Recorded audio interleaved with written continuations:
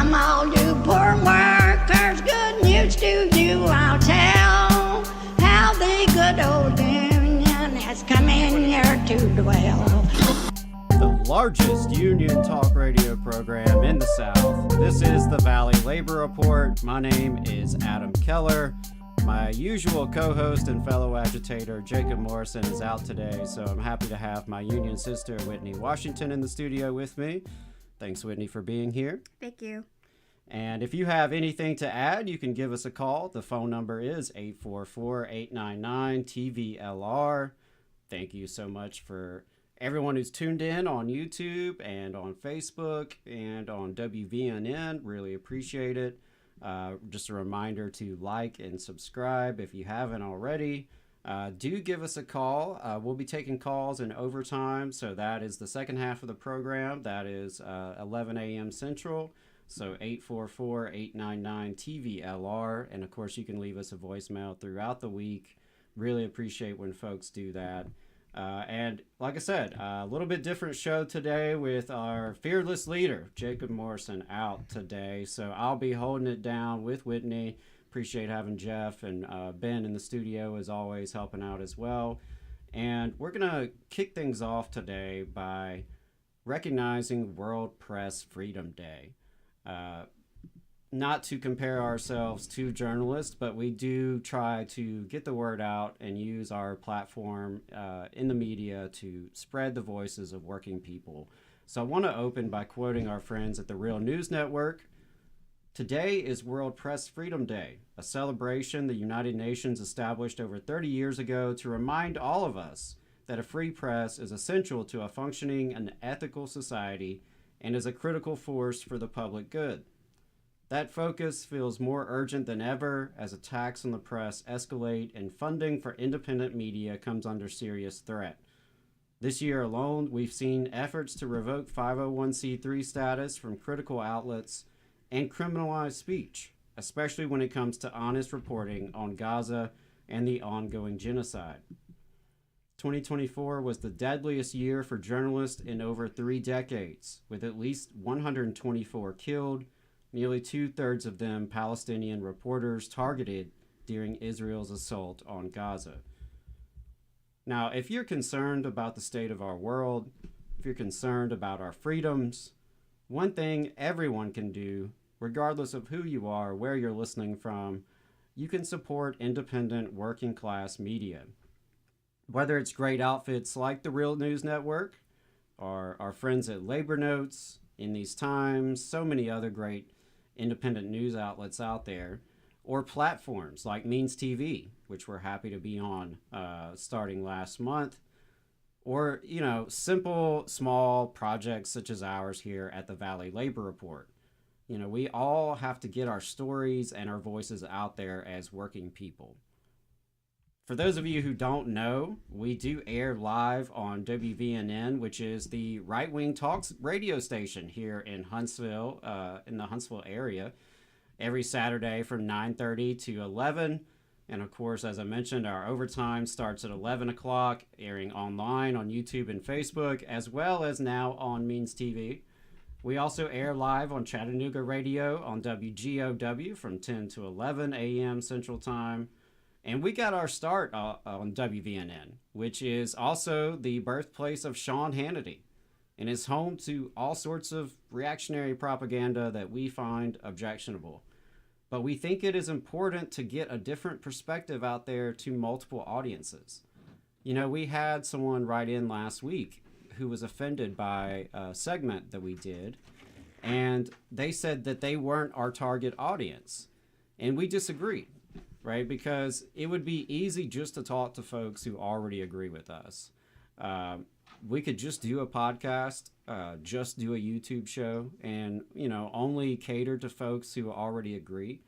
But we do think it's important to try to reach different folks, right? And get differing opinions out there to people who maybe wouldn't hear it otherwise. So that's why we hustle month after month to raise money to be on commercial radio. And we're happy that a portion of the show is replayed during the week on WZZA, which is a historic black radio station in Northwest Alabama, out in the Shoals area. We're also on WHIV, which is a community radio station in New Orleans. We released the full episode on Spotify, Apple, all the various podcasting apps. So you can subscribe to us on your app of choice, give us a good review. Throughout the week, we clip segments of the show, right, as standalone videos. So if there's a specific segment, a specific interview that you want to find, we try to make that easy for you. Just do us a favor, hit the subscribe and like button. All of our content is free. So special thanks to all of you who donate, all of you who comment and call in, all of you who've liked us, shared us, reviewed us. Your engagement on social media and podcasting apps really does help. And that's a quick, easy, and free way to support the program. If you believe it's important to have our own media of, by, and for the Southern working class, please consider supporting us however you can. And please share with your coworkers, your friends, your family, your neighbors. We know there's a lot of good causes out there to support, and our audience is mostly working folks with limited incomes. So if you do find value in our project and you're willing to chip in a couple bucks, it really would mean a lot to us. We really do appreciate it. We've got some great stuff planned as we grow this project, and we can't do it without you. So I want to celebrate World Press Freedom Day, and thank you to all the journalists out there who are doing good work. We have our critiques of mainstream media and corporate media and right-wing media, but I don't want that to overshadow the good work that is happening with journalists around the world, many of whom are putting their lives at risk to uncover the truth and to help us be empowered by that knowledge. So shout out to all the good journalists out there doing good work. We appreciate you. And with that, want to take a moment to reflect on some of the major milestones that happened this week. We had 3 at least big milestones that I can think of, right? We had Trump's 100th day in office. We also had Workers' Memorial Day on Monday, and on Thursday we had May Day, International Workers' Day, right? So 100 days into Trump's return to office, and workers are still dying on the job, still fighting for a voice, still rising up around the world. So let's talk about what this week means for us, what it means for all of us, whoever you are, wherever you are, because it wasn't just these milestones, right? It was a reflection of where we're at as a working class, our power, and also the pain that we're enduring. So obviously, a lot of unions put out statements around the 100th day in office of Trump. And AFL-CIO's president Liz Shuler said, quote, "The labor movement does not fall in line for autocrats." In their statement, AFSCME's president Lee Saunders said, during the campaign, Trump promised to put working people first. Instead, the first 100 days of this billionaire-run administration have been fueled by lies, broken promises, and a relentless assault on working people and unions. Now, I do want to put out something really interesting that I came across this week, which was from the Economic Policy Institute. They put out a report listing 100 ways Trump's administration has hurt workers in his first 100 days. I thought about sitting here and reading all 100, but that's probably not the best approach for today's show. But I do want to hit a couple of the highlights, right? Because we've seen attacks from multiple layers and multiple directions. One that I want to point out would be Trump reduced the minimum wage for federal contractors, right? And that's going to cost these lower wage workers anywhere from 25 to 60% in pay cuts. We've talked a lot on the show about the attacks on federal sector workers, right? The attacks on their jobs, with people losing jobs, attacks on research and vital programs and budget cuts. We've talked about the attacks on union rights directly, attacks on the union contract, the right to collective bargaining. So we've got federal contractors, we've got federal sector workers, right, but also private sector workers. We are dealing with attacks on the National Labor Relations Board. We are dealing with attacks to workplace safety, right? NIOSH, MSHA, other agencies that are responsible for workplace safety, which is already inadequate, right, as it is. Those agencies are being gutted, dealing with severe budget cuts, with layoffs, right? Their missions are under attack. So you can find this, epi.org. You can check that out. Like I said, 100 ways the Trump administration has hurt workers in the first 100 days. They talk about some of the specific ways. There have been attacks on workers' wages and working conditions, damage to economic growth and U.S. workers' purchasing power, right, with some of the economic instability that we're dealing with. Of course, there's attacks on immigrant workers, right? Our immigrant brothers and sisters are dealing with attacks from multiple directions. Multiple initiatives have been started. Multiple guidances from the previous administration have been rolled back. We've seen the attempted illegal federal funding freeze. We've seen healthcare put at risk, right? Anti-discrimination protections have been under attack. So regardless of where you are coming from on this issue, these are real things that have happened to real people, right? And, if those of you who do support the Trump administration, if you feel strongly the other way, give us a call, 844-899-TVLR. We'd love to hear the response, because from where I'm standing, I see a lot of attacks on working people in all of our diversity. And, our rights under attack, our jobs are under attack, our freedoms, our very freedoms to association, to speech, to fight for a better world, those are all under threat. And Whitney, did you have anything to add before I move on to Workers' Memorial Day? No, I think we're all sort of in the midst of this, seeing what is happening just in the first 100 days, but it's also really great that we're seeing so much resistance, I think. Yeah, absolutely. And that's something we're going to be talking about throughout the show today, is there is a lot of energy to push back. We saw Workers' Memorial Day on Monday was a good day to kind of spread the word and let folks know about the sacrifices that working people make every day, the risks that working people take every day. And then we had May Day. So on May Day, there were hundreds of thousands of people across the United States rallying, engaging in civil disobedience, engaging in strikes, right? And that included, of course, hundreds of thousands across the world, right? This is International Workers' Day. So that's something that's really special about it, is to know that on May 1st, on May Day, working people around the world unite in coming out into the streets, into the community, to show solidarity with one another and the fight for a better world, a better future. I did want to shout out your op-ed that ran in the Alabama Political Reporter and AL.com for Workers' Memorial Day. I thought that was really great. I especially love the, confirmation of the fact that there's only one person that the state has researching child labor, which is sort of an atrocious statistic. Yeah, absolutely. Appreciate that getting published. Appreciate all the folks who helped me with that. On that op-ed, one of the things I mentioned was that the state of Alabama has one guy to police child labor throughout the entire state. And before we published that op-ed, I did call to confirm that was still the case. Sounds like they may actually add a person here this summer. So that, we'll double our capacity for policing child labor in the state of Alabama with a whole 2 people.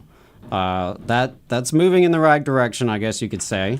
But, it is a good time to remember those workers who die on the job, because there are over 300 who die of work-related injuries or illnesses every single day. And as I mentioned earlier, it's probably going to get worse, right? We've got cuts by the Trump administration and Elon Musk, Doge, it's increasing the risk of injury and death for every worker, as the federal agencies tasked with investigating and mitigating occupational hazards and other threats are gutted. The ability to feed one's family, provide for education, and take time away from work to rest and recover are all on the chopping block. And so it's going to be really, really important that we build that working class solidarity. And that's why I am proud of this past May Day. There was a grassroots effort, the May Day Strong Coalition. They organized more than 1,300 events across all 50 states and Puerto Rico in over 1,000 cities and towns, including some events happening into the weekend. The unifying cry was workers over billionaires.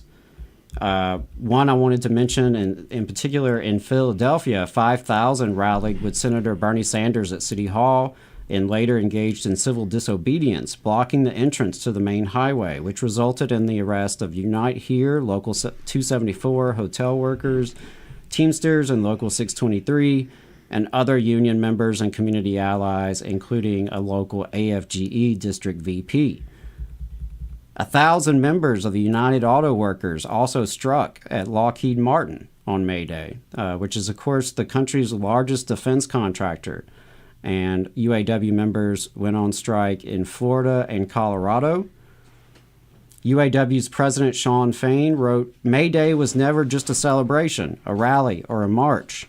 It was also a day for strikes, for economic action at the workplace and beyond that would keep corporate America in check and keep workers' strike muscle strong."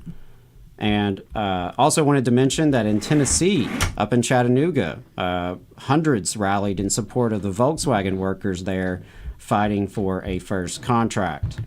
So, a lot happened this week, a lot going on, shows the struggles we're in, it shows the power we're building, right? And kind of the contrast between those two. And can't leave this segment without mentioning that, of course, President Trump did visit our state. He attended the commencement address at the University of Alabama. A lot of folks are very disappointed that Coach Nick Saban participated in this circus. But there's also, there were 3 protests that were scheduled and organized in Tuscaloosa that day from various organizations. Want to point out, shout out, UA Leftist Collective was one of several campus organizations that supported protesting outside the Coleman Coliseum during Trump's speech. And of course, our friends and siblings, the United Campus Workers, they were there. They are, of course, organizing workers at the University of Alabama.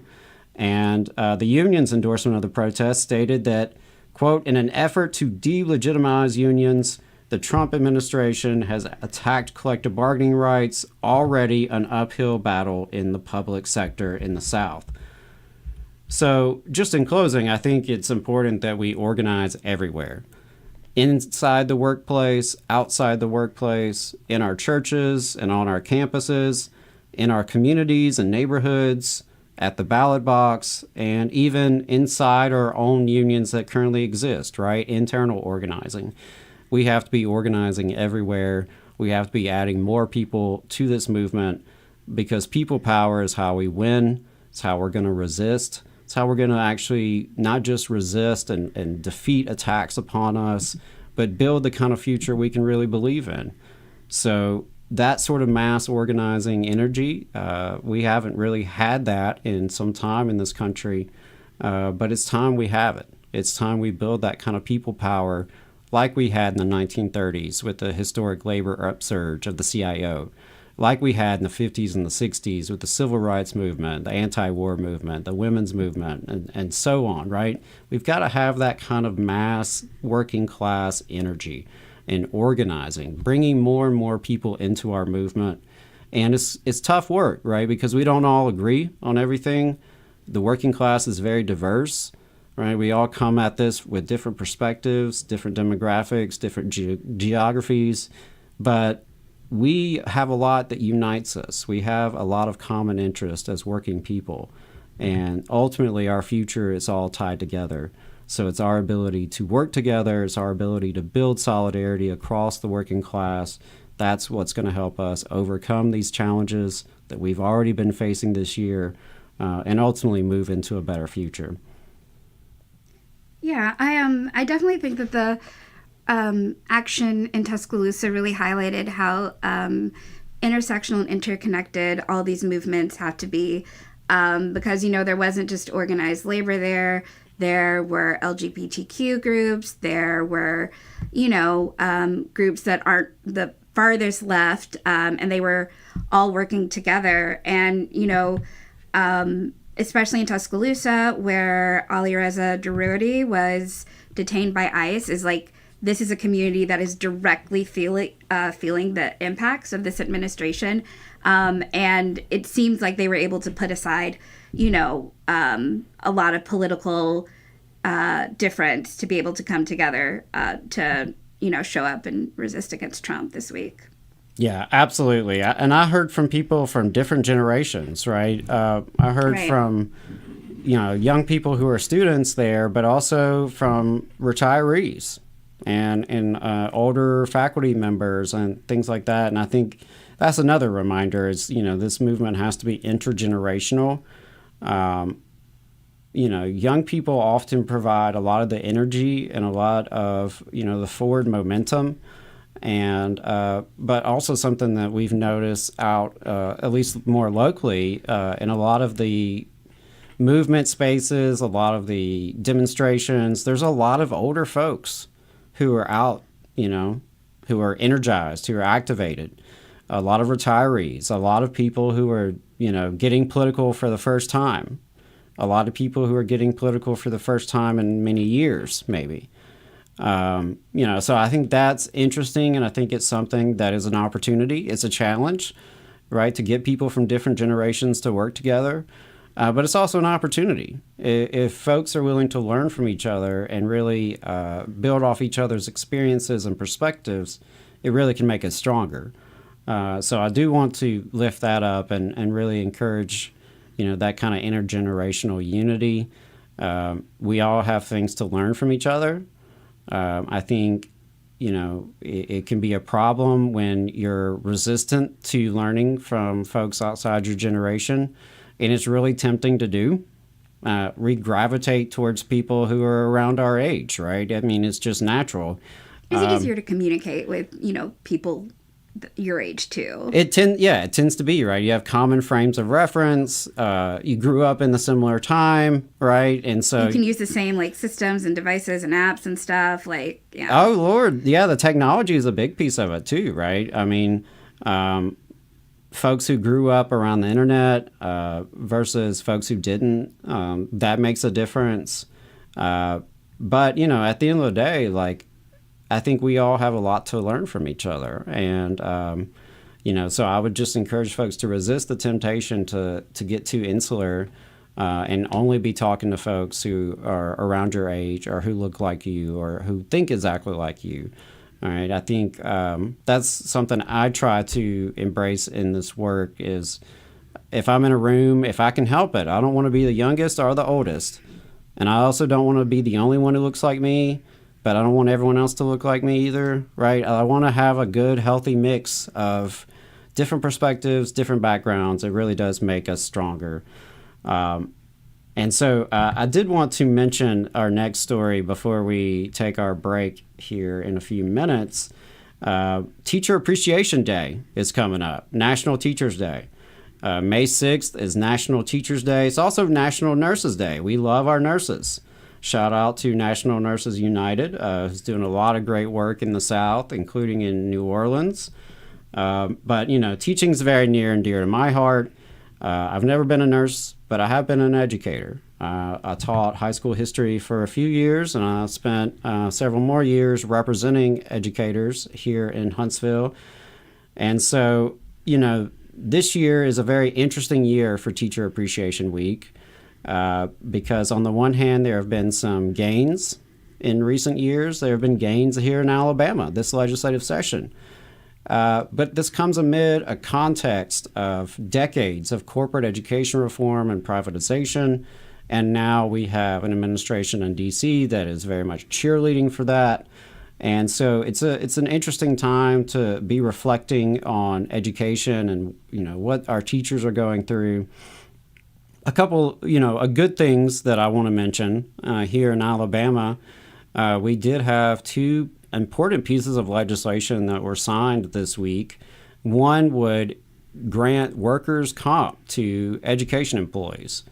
A lot of people don't realize this, but at least in Alabama, teachers did not get workers' comp, right? So if they were injured on the job, they had to pay out of pocket for all the costs and then go through a very cumbersome process with something called the Board of Adjustments, fill out a bunch of paperwork, send in all the receipts, and hope that they get reimbursed in a timely fashion. This is an injustice, and it's a good thing that it's being corrected. I would say we have to keep on pushing, because we also have mentioned this last week, and I believe in the op-ed that Whitney referenced earlier. Public sector workers in Alabama are not covered by OSHA standards, right? So there's a whole can of worms you can get into when it comes to workplace safety for public sector employees in the state, state and local government employees, teachers, etc. So this is good. This is good momentum, and I appreciate the folks who worked on that. State Senator Sam Gavan, who's local to this area, who's a Republican here in Huntsville, he kind of spearheaded that legislation. And so I'll say here what I said to him. Don't often agree with everything you believe in or support or vote or how you vote, but this is a good piece of legislation. It's going to help people, and that's what we need to see, right? So yeah, we don't care who it comes from, as long as it helps people, right? If you're helping people, that's more important than the party you come from. And sometimes that's issue by issue, right? I recognize that maybe we're not going to agree on some other issues, but if we can move the needle forward to help working people, that's a big deal. And on that note, we also got paid parental leave for education and state employees passed. And that's a big deal. Also, a lot of folks assumed that teachers have maternity leave, but they did not, right? And so this is going to be a big relief to educators, and love to see that. The bad news is that public school educators are still underpaid, and they will not be getting a pay raise this year in Alabama. And there's 4 new NEA reports that show public school employees are still underpaid. Unions did help win some of the most significant year-over-year teacher pay increases in more than a decade, but Trump's drastic cuts in federal education funds could reverse this progress. U.S. educators still suffer from too low wages and a lack of professional respect, according to 4 new reports examining educator pay and school funding from pre-K through college. The National Education Association's annual reports show that today's salaries continue to lag behind inflation. These poor wages are not without consequence. Too low pay exacerbates the national teacher shortage, making it difficult for school districts to attract and retain quality educators while also worsening educator morale. So I would just point folks to NEA's website, NEA.org. You can find out more about that. It's one of those things I probably didn't need 4 reports to tell me that they were underpaid, but I'm glad it happened. I'm glad someone put the research into it to prove it. We've long known that educators are underpaid compared to similarly educated professionals, and often treated with a lack of respect. And that's an issue that we're going to have to deal with. But next week, I want to really lift up our teachers and let you know we appreciate you on the Valley Labor Report. Shout out to the hard work that you do. And I would encourage you to organize, because organizing is how we're going to make it better. So with that, we are going to take our first break. Really excited about our interview coming up with the Catholic Labor Network here at 10:15. So we'll take our first break. Please do come back, stick around, and enjoy more of the Valley Labor Report. The attorneys at Maples, Tucker & Jacobs have stood with the working people of Alabama for over 40 years, providing skilled legal representation for your workplace injury claims. When you are injured on the job, it can be a scary time. The attorneys at Maples, Tucker, and Jacobs have the experience to guide you through the process to make sure that you and your family are properly taken care of and your rights are protected. If you need help, call the attorneys at Maples, Tucker, and Jacobs at 855-617-9333 or visit online at www.mtnj.com. No representation is made that the quality of legal services provided is greater than the quality of legal services provided by other law firms. Support for the Valley Labor Report comes from the International Federation of Professional and Technical Engineers Union. Learn more by visiting www.ifpte.org. Are you looking for a better future, a career that can have you set for life, and to be a part of something that's bigger than yourself? If you are, then consider a skilled trades apprenticeship with the International Union of Painters and Allied Trades. The work of IUPAT is all around us, from the industrial painters who work on the bridges to drywall finishers, floor coverers, the glazers who install the glass in our skylines, and so much more. With an IUPAT apprenticeship, you earn while you learn and receive benefits while learning the trade, including a pension. We provide world-class education free of charge. That's right, no student debt. Our starting salaries for apprentices that graduate is above the national median salary with benefits for entire families. And you have the flexibility to take your trade wherever you'd like in the country to work. IUPAT District Council 77 covers our entire region, so give Adam Booth a call at 205-603-3142 for more information. Again, that phone number is 205-603-3142. Come build a better future with us today and join IUPAT. We're the nurses, firefighters, and claims representatives that help keep our government services running. We respond to natural disasters. We care for our nation's veterans, and we investigate discrimination in the workplace. We are federal and D.C. government workers, and we are proud to serve the American people. Working in more than 70 agencies across the government, we know we can fulfill our mission because our union has our back. Learn more at afge.org. Paid for by the American Federation of Government Employees, AFL-CIO. Since 1889, the National Association of Letter Carriers has protected the rights of city carriers as they deliver the mail and offer support for their community. The Alabama State Association of Letter Carriers makes their legislative voices heard when it comes to issues involving the U.S. Postal Service and the working members of the union. The National Association of Letter Carriers has been longtime supporters of the Muscular Dystrophy Association and the Stamp Out Hunger Food Drive. This message is sponsored by the Alabama Association of Letter Carriers. To learn more, visit NALC.org.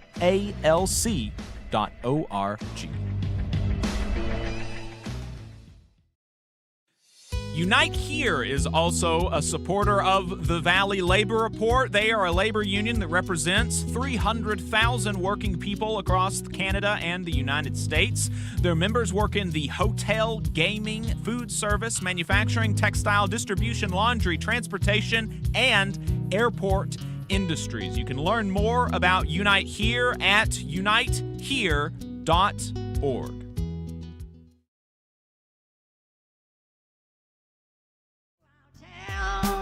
How the good old union has come in here to dwell.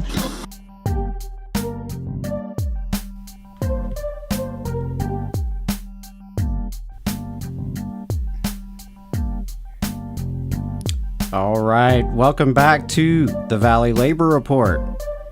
From the mountains of Tennessee to the bayous of Louisiana, broadcasting online and on the radio from the heart of the Tennessee Valley, the Spice Radio Studios in Huntsville, Alabama. This is the Valley Labor Report. My name is Adam Keller. My typical co-host and fellow agitator Jacob Morrison is out today, so happy to have my union sister Whitney Washington here with me. Today, we're going to talk to the Catholic Labor Network about the labor legacy of Pope Francis, take a look at what both Southern workers and union busters were up to throughout the week, and in overtime, we're going to be kicking off our new Meeting the Moment series, where we'll be interviewing leaders from across the political spectrum and labor movement to get their hot takes about what's going on and what we should be doing about it. All that and more on today's Valley Labor Report. If you want to be part of the program today, we've got a phone number and the line is open. you can call 844-899-TVLR. That's 844-899-8857. You can also leave us a voicemail throughout the week. We really love it when folks leave us voicemails. So please do that. Let us know what's going on in your neck of the woods. If you've got a cool story, if you've got an action happening, a training happening, you got a union that just won a good contract, you've got a bad boss story, we really would love to hear it. So leave us a voicemail, 844-899-8857. And if you haven't gotten enough of us by the time we wrap here on the show, or if you just want to see what we're up to throughout the week, you can find us anywhere you find anything online, in particular at our website, tvlr.fm. But you can also find us on YouTube, Facebook, and wherever you get your podcasts, all at the Valley Labor Report. A reminder that your support keeps us on the air. Our largest single source of funding comes directly from our listeners. So if you want to become a sustaining member of the program or make a one-time donation, you can go to tvlr.fm/donate or patreon.com/the Valley Labor Report. And we've got a bunch of cool merch for sale at tvlr.fm/store. And just as a note, Jacob wanted me to share that as of last week, we finally shipped off the last of the merch orders and fundraising drive gifts. So if you ordered something from us or you're expecting a gift from the fundraising drive, please reach out to us in about 2 weeks if you haven't gotten it yet, because that would mean something went wrong, which, very possible. But otherwise, hope y'all enjoy that. Hope you get your orders and let us know if you need anything. And finally, if you're a member of a union, you should talk to your local and see if they would sponsor the show. We would love that and appreciate that, and it would really help us stay on the air. Thanks to all the locals and internationals and other organizations that do sponsor us. You can reach out to us for more details on that at tvlr.fm/contact. Let me add a disclaimer that any viewpoints or opinions expressed in this program belong solely to their author and do not necessarily represent any organization or sponsor. We welcome all of our listeners, whether you're on YouTube, Facebook, Unclaimed Mysteries Internet Radio, WVNN, WZZA, WHIV, WGOW, Means TV, or through your favorite podcast app. We are proud to be part of the Labor Radio Podcast Network and encourage our listeners to check it out. As most of you know, we are not media professionals, just a few diehard unionists who want to amplify the voices of the working class in the American South. We're hoping this project can make a difference on that front, and we can't do it without you. We want to thank everyone for tuning in. Whether you're a loyal fan or a first-time listener, we appreciate you spending some time with us. Absolutely. So thanks again for everyone tuning in. So we got some folks on YouTube, some folks on Facebook, and appreciate that. We'll get right into last week in Southern labor. Here's what workers in the U.S. South and colonies were up to from April 25th to May 2nd. And just a note that all information on Florida's public sector union elections comes from McKenna Schuler's monthly roundup of Florida union news. You can check it out on her website, caringclassrevolt.substack.com, where you can get more information about Florida labor as well as exclusive details about union elections referenced here. So, 18 workers at Starbucks in Richmond, Kentucky filed a petition to hold a union election with Starbucks Workers United, as did 19 more workers at a location in Richmond, Virginia, and 12 workers at a location in Kansas City, Missouri. Love to see that wave continue. 88 workers at the Speed Art Museum in Louisville, Kentucky filed a petition to hold a union election with the United Auto Workers, UAW. 33 blue-collar supervisory workers at Duval County Public Schools in Jacksonville, Florida filed a petition to unionize with AFSCME, Council 79. 13 workers at Republic National Distributing Company in El Paso, Texas filed a petition to hold a union election with the Teamsters, Local 745. 20 workers at Jupiter Aluminum Corporation in Wellsburg, West Virginia filed a petition to hold a union election with the United Steelworkers, USW. 338 employees of Miami Beach City in Florida filed a petition seeking voluntary recognition of their union affiliated with the Communications Workers of America, CWA. Moving on to election results.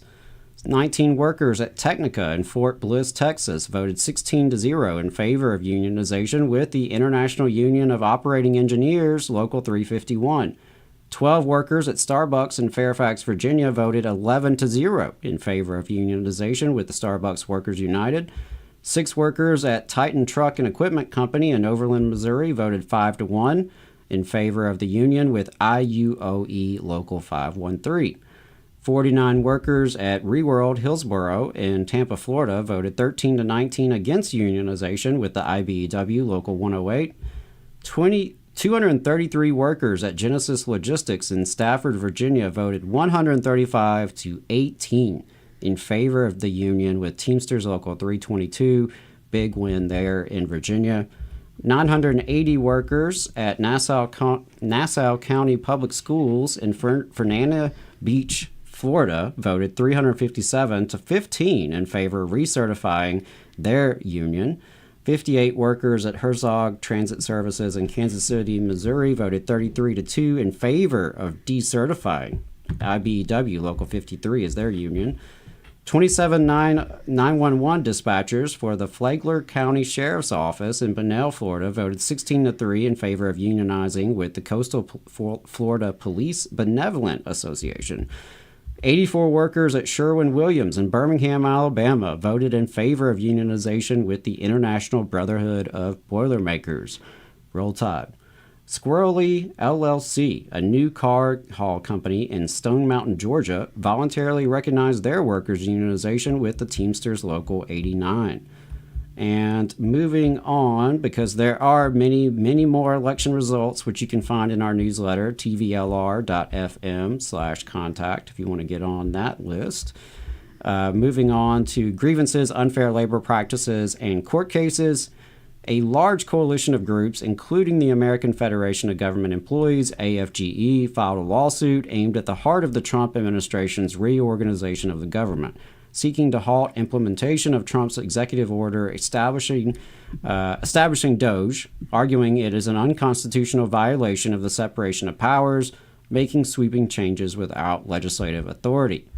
Moving into strikes and bargaining, Google announced a partnership with the International Brotherhood of Electrical Workers, IBEW, to train 100,000 electrical workers and 30,000 apprentices, increasing the electrical workforce pipeline by 70% in the next 5 years.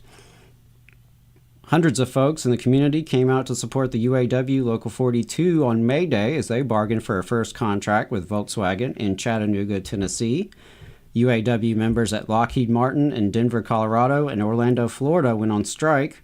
The company announced $1.7 billion in first quarter profits. They've made $24 billion in profits, and the CEO has made $66 million over the last 3 years, even as they refuse to set the starting pay above $15 an hour, refuse to lower the pay progression that can be as long as 23 years, and refuse to offer Veterans Day as a paid holiday. Shameful. National Nurses United, NNU, and the American Federation of Government Employees, AFGE, Local 518, held a protest in front of the Atlanta VA to protest proposed cuts to the agency. NNU held another protest outside the Frist Gala in Nashville, Tennessee. The Frist family co-founded and owns a significant portion of the Hospital Corporation of America, HCA, where NNU represents 10,000 nurses at 19 facilities, in which is forcing its employees to deal with low pay and understaffing. UPS said in an earnings call that they anticipate cutting 20,000 jobs as a result of decreased demand from Amazon as a result of the tariffs. The Teamsters released a statement reminding the company that they are contractually obligated to create 30,000 jobs, and they will fight attempts to cut Teamster jobs. Though they want to downsize corporate management, the Teamsters won't stand in its way. In political and legislative updates, several unions had statements or events around Trump's first 100 days. As I mentioned, Liz Shuler, president of the AFL-CIO, spoke in an event and highlighted the work that the Department of People Who Work for a Living has done to bring attention to the damage Trump is inflicting on workers. Jimmy Williams of the International Union of Painters and Allied Trades, IUPAT, emphasized in his 1-hour town hall addressing members of his union, emphasized these issues. And More Perfect Union talked to Trump supporters in West Virginia who were unhappy with some of the Doge cuts, among other things. Gavin Kilger, one of the young Doge bros, personally helped oversee the attempted elimination of 90% of the staff at the Consumer Financial Protection Bureau, despite having $365,000 in stocks at 25 years old in companies that the CFPB regulates, some of which are specifically on the CFPB's list of prohibited holdings. Rules for thee, not for me. Republicans are beginning to unveil their plans to pay for tax cuts for the rich. Among the things on the chopping block, benefits for federal workers. Specifically, they plan to freeze pay, increase employee contributions to the retirement system while cutting benefits, and impose a fee on workers who file grievances against discrimination in the workplace. Federal unions like AFGE are standing up against the proposal. House Republicans are also proposing hundreds of billions in cuts to Pell Grants and other college affordability programs, as well as Medicaid and other federal programs. Bernie Sanders reintroduced Medicare for All in the Senate with the support of the United Auto Workers, UAW. Trump's NLRB picks are saying that they can't downsize the agency more and are still trying to fulfill. They can't downsize the agency more and still fulfill the congressional mandate. But Trump is pushing them for cuts anyways. Steve Early and Suzanne Gordon have a great piece out in the American Prospect detailing Trump's assaults on unions in the VA. Doge cut $400 million from AmeriCorps, meaning 32,000 AmeriCorps members serving as tutors, coordinating food distribution at pantries, and doing disaster recovery will be left without a stipend. $2.5 million of that was cut from Alabama, and municipalities, technical colleges, and school systems will be directly impacted. ICE agents stormed into the homes of U.S. citizens in Oklahoma in the middle of the night, forcing a mom and her daughters outside in the rain before they even had a chance to get dressed, taking their phones, laptops, and money as, quote, evidence. The Trump administration cut $1 billion in mental health grants for schools, which will put the jobs of thousands of psychologists, mental health workers, and counselors at risk. And in internal union affairs, In These Times magazine has issued its first annual Labor Organizer of the Year awards, profiling 3 labor organizers doing incredibly important work. Did we miss something? Let us know about your union updates. Again, tvlr.fm/contact. You can find the full newsletter online. Get that sent to your inbox. There's a lot that we skip over on the show because there's just so much happening every week in Southern labor. So definitely check that out. And do we have Clayton on the line? Awesome. So really excited about this interview. And of course, if you're listening to this, you probably know that Pope Francis passed away recently. And Pope Francis was an outspoken voice in the global church for the dignity of work and the rights of workers. He taught that work is sacred, that workers are not just, quote, units of production, but human beings with dignity that must be respected. He said that solidarity must be the foundation of social life, and that any economy that fails to respect workers' rights is an economy without a future.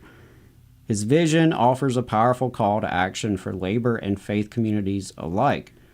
So today we're going to talk to the executive director of the Catholic Labor Network about their mission, their reflections on Pope Francis's legacy on labor rights, their recent advocacy for federal employees, and why solidarity between faith and labor communities is more important than ever. And I do want to just say that we recognize a lot of people in our audience are like me and do not come from a Catholic background. Many of you may not identify with religion at all. Some of you may, in fact, have some stinging critiques of organized religion. Here in the South, we know all too well the ways certain religious groups and traditions have worked against a more just, equitable society. But the labor movement has always been a big tent, where solidarity is bigger than any one tradition. We need working people of all backgrounds and in all of our diversity, building a mass people-powered movement if we're going to win a better future. We don't have to agree on what to do on Sundays to agree that working people are getting a raw deal Monday through Friday. And throughout history, faith communities have played a vital role in advancing workers' rights, racial justice, and democracy. So today we're going to dive into that intersection, how faith and labor can strengthen each other in the fight for dignity, justice, and a better world for all workers. So Clayton, welcome back to the Valley Labor Report. Thank you for having me. And I should give you an update before we go any further that while for a couple of decades I was the executive director of the Catholic Labor Network, because I've returned to my work at my union, the Construction Laborers Union, LIUNA, full-time, the executive director position has passed to somebody else, Amy Shalid Mayer out of Nashville, who I would recommend you get in touch with in the future. But I still am active in the network as labor advisor, and am happy to be here and share what I can about the state of the Catholic Labor Network and my thoughts on the Francis papacy and whatever else you want to talk about. Yeah, absolutely. And love to know there's a Tennessean taking the reins. That's cool. Another Southerner. So for those folks who are unfamiliar, can you just briefly introduce what is the Catholic Labor Network and how did you get involved? Yes. The Catholic Church in the Pope Leo XIII back in the 1890s set out Catholic doctrine on the working classes and on labor unions. And he said that under current economic conditions, workers were being exploited, and that they had a right to join labor unions in order to organize collectively. This became part of our church's teaching, passed down to the current day. Now, many Catholics do not know this. We are a group of faithful Catholics. Many of us are trade unionists.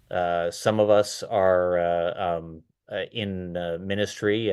We have priests and nuns as well, and lay people who do ministry in the church, who are interested in educating Catholics about this teaching of their church and promoting worker justice more broadly. And we came together 30 years ago, a little more than 30 years ago in the early 90s, and have been active in promoting worker justice and solidarity ever since. That's awesome. Yeah, you started touching on this a little bit, but what specifically got you involved in the labor movement, and where do you see now that you have transitioned outside of that ED role? I am, at the time I got involved with the labor movement, I was working in a rubber factory in Chicago, where me and my coworkers attempted to form a labor union and were defeated. But during that time, I also got involved with solidarity work, supporting a group of workers in downstate Illinois, the Staley workers, who had been who suffered through a very long lockout in the early 90s. That a few old timers who might be on this call might recognize that case, because the folks involved went across the country preaching about and testifying to their experiences to build solidarity. So that was how I got involved in labor activism and solidarity. I wound up later going back to school, and after that became a staff, joined the staff of LIUNA, the Construction Laborers Union, where I work today. I also took a few years off when the executive director position was a full-time one. We received a grant from the U.S. Conference of Catholic Bishops to support our activities for several years, ending just 2 years ago. And during that time, I stepped away from my union role and to grow the Catholic Labor Network and do that work. I stay on as labor advisor. Our the grant that enabled us to do that work has expired. So this is our interim director is on a part-time basis. The Catholic Labor Network is trying to figure out what we can do with our current resources in order to spread this message, and I am working with them on that. So you touched on this already a little bit, but Catholic social teaching does have a long tradition of supporting workers' rights. Can you just explain? I mean, first, what do we mean by Catholic social teaching? But then tell us a little bit about how does this inform, the work today of the Catholic Labor Network, and what do you think are some of the most important lessons from these teachings for the moment we're in right now? Well, Pope Leo the 13th, who I mentioned in the 1890s, wrote an encyclical letter, which is an instruction to the world's Catholic bishops regarding Catholic doctrine, to say that the values of the gospel, the values that we believe in as Christians, the ones taught in our scripture, lead us to concern about workers' rights. We are called to be neighbor to everyone and to support everyone in need. And the Catholic doctrine laid out said that all work has dignity, no matter what your job is. You deserve to be treated with respect. You deserve to work in safe and decent conditions. You deserve to earn a living wage that can support a family.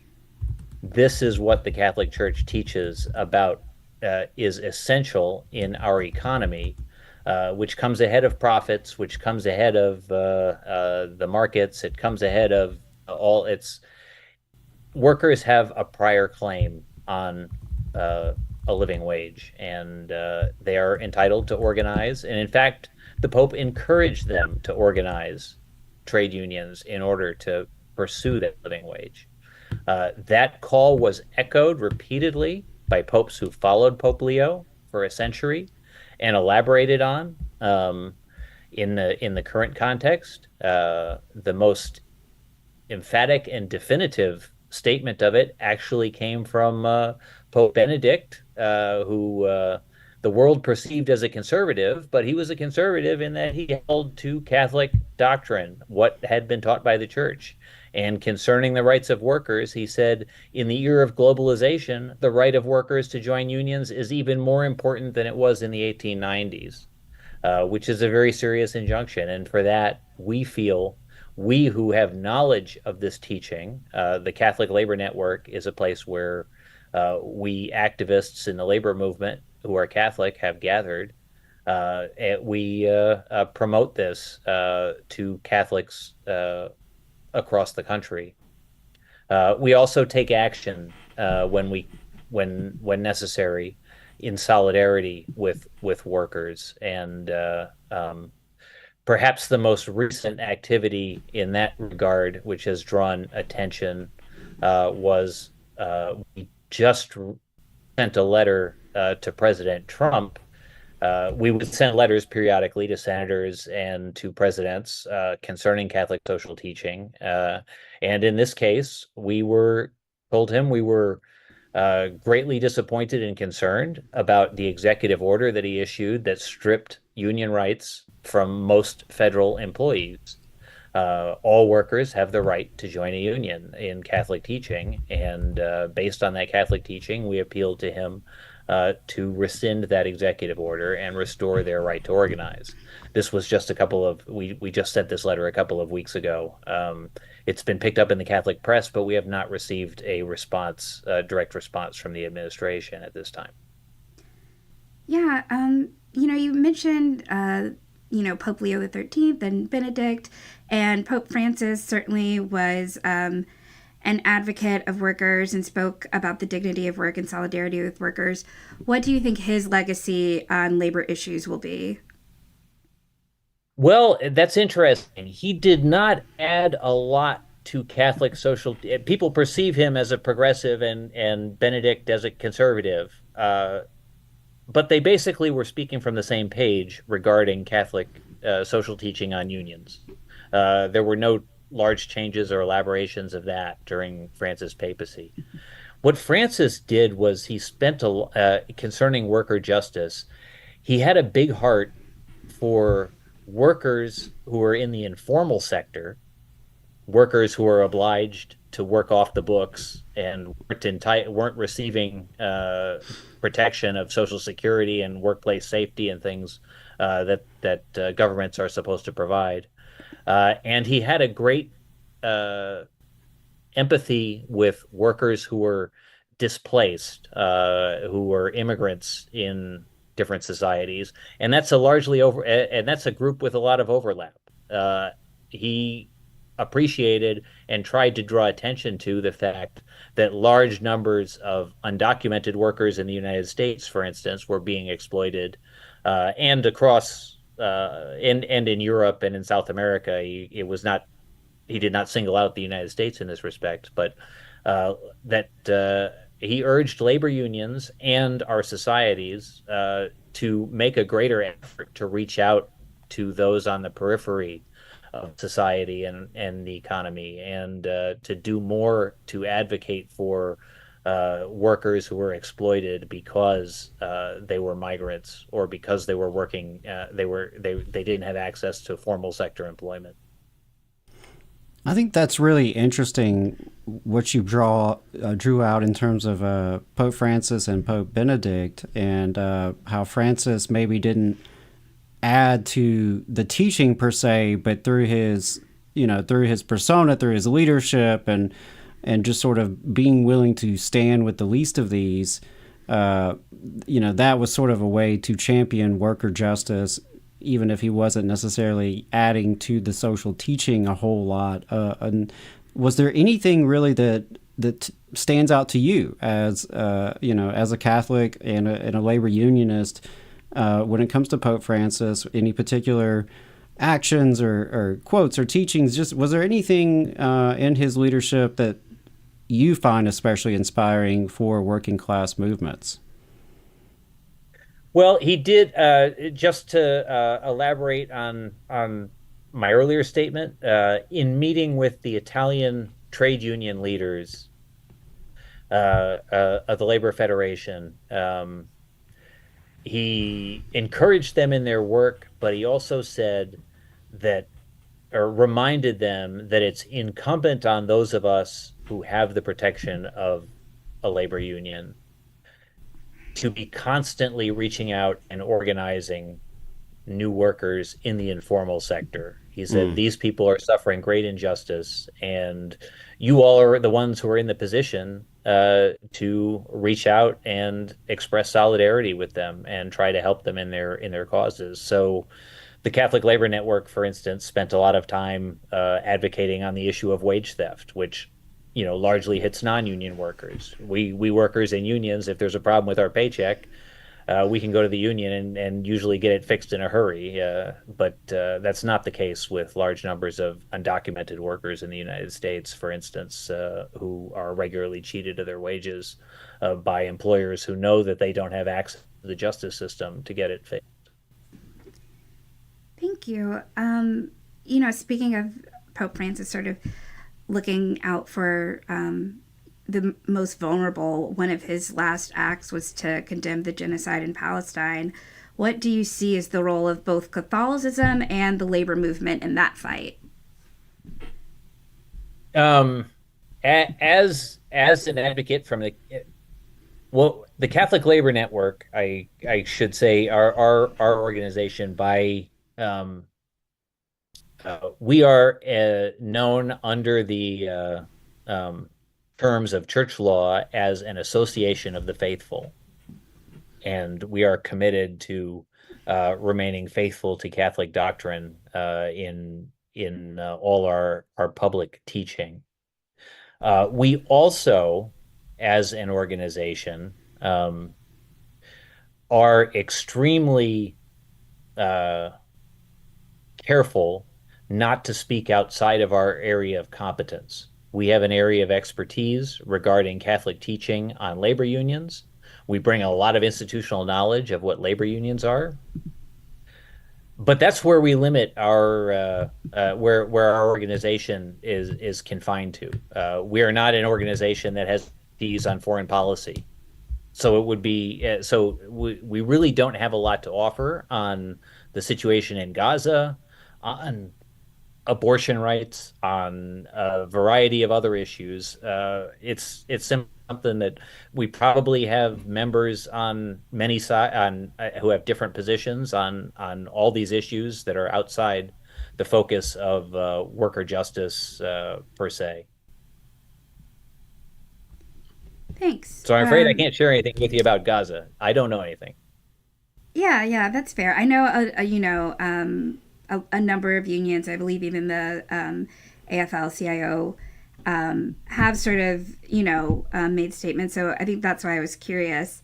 As, going forward. On that topic, I truly wish that the AFL would be a little bit more humble in that respect about taking stances on issues outside of worker justice and economics.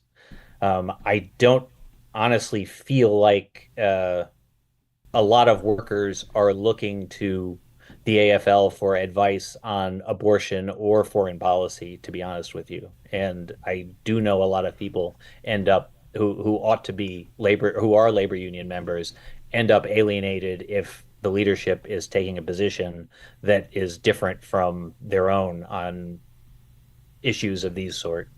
Yeah, that's interesting. I mean, and I think that's one of the things we wrestle with all the time in this movement, and wrestle with on this show, and we'll be wrestling with today in some of the conversations we have for sure. So something I wanted to just pivot to is, as we're wrapping up, what do you think a labor movement infused with faith and dignity and really building a faith and labor coalition, what could that look like? What should it look like in the South, but also more broadly? But certainly here in the South, we know that faith is a huge impact, a huge tradition, more so than other parts of the country. So I'm just curious if you could talk a little bit about a faith and labor coalition and what that could look like.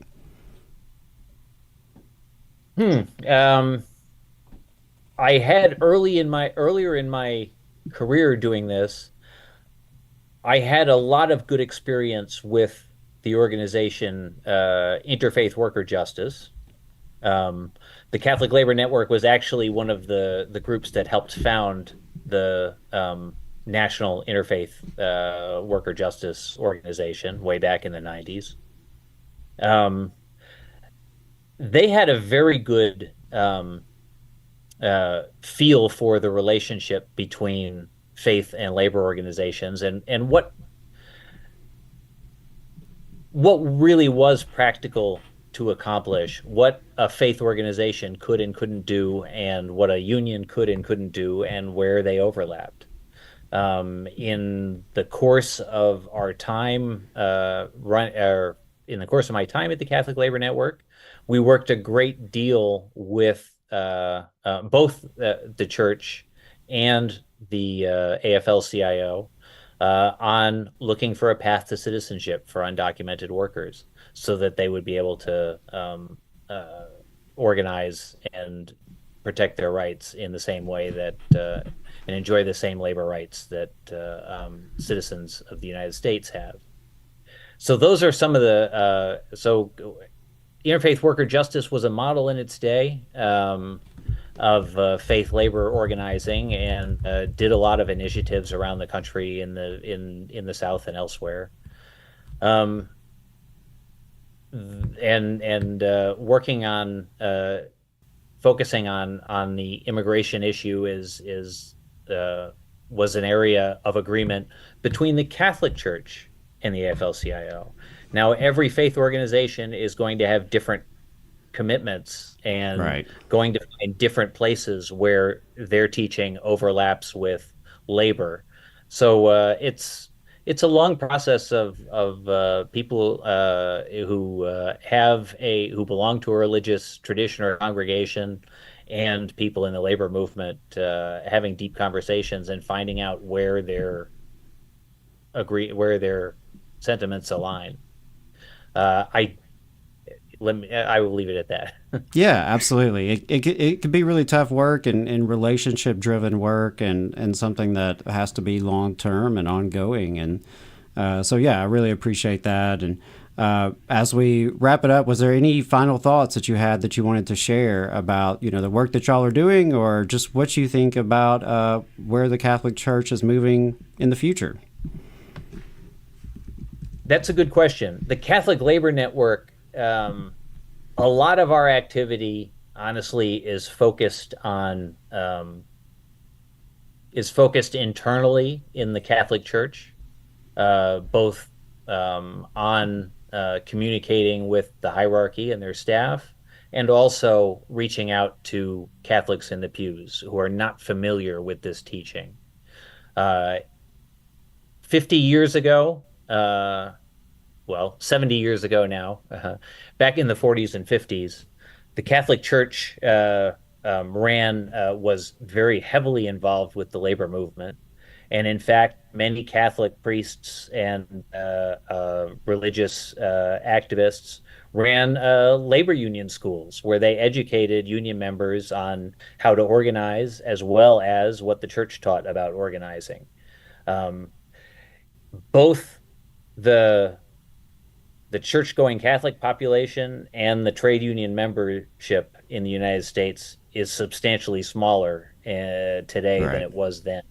We've got a lot of work trying to remind people in the church what this teaching is and why it's still relevant today and why we should be talking about it and focused on it and shaping our actions by it. So that's really the heart of the Catholic Labor Network's mission today, is working to educate Catholics around the country who believe this, that this is part of their faith and that they should embrace it. Right. Well, thank you so much, Clayton. I really appreciate it. Encourage folks to check out Catholic Labor Network if they want to find more. But yeah, thank you again for being on the Valley Labor Report today. Thank you for having me. Absolutely. So really appreciated that conversation, and I think faith in labor coalition building is really important to the work we're doing here in the South. And like I said, as leading into this interview, we recognize that our audience and certainly the working class comes at this from very diverse perspectives. No faith, lots of faith, everything in between. And it's important that we be able to build relationships across those different categories, across those different spectrums of belief. And I did want to just end before we go to break with a quote from Pope Francis. "Solidarity is more than acts of generosity, important as they are. It is a call to form a community of brothers and sisters who accept and care for one another." So, love that. And with that, we are going to take our next break, and we'll be right back with Boss Watch, so stay tuned. The Laborers International Union of North America, LIUNA, Local 366, is proudly recruiting North Alabama local workers to work construction and nuclear plant maintenance. If you're interested, please contact April at our training center to start the process at 256-904-1753. No experience is needed. We offer free training, but you must be able to pass a background check and a drug test. Local hiring that grows our community with good-paying jobs that have benefits is our mission. Live better, work union, Local 366, feel the power. The Valley Labor Report is also supported by the Communication Workers of America. Learn more at cwa-union.org.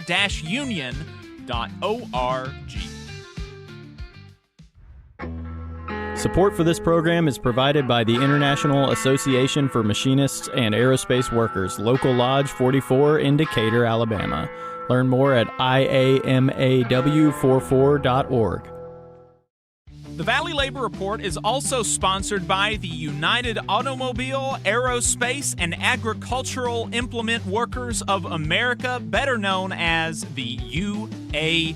UAW. They are one of the largest and most diverse unions in North America, with members in virtually every sector of the economy.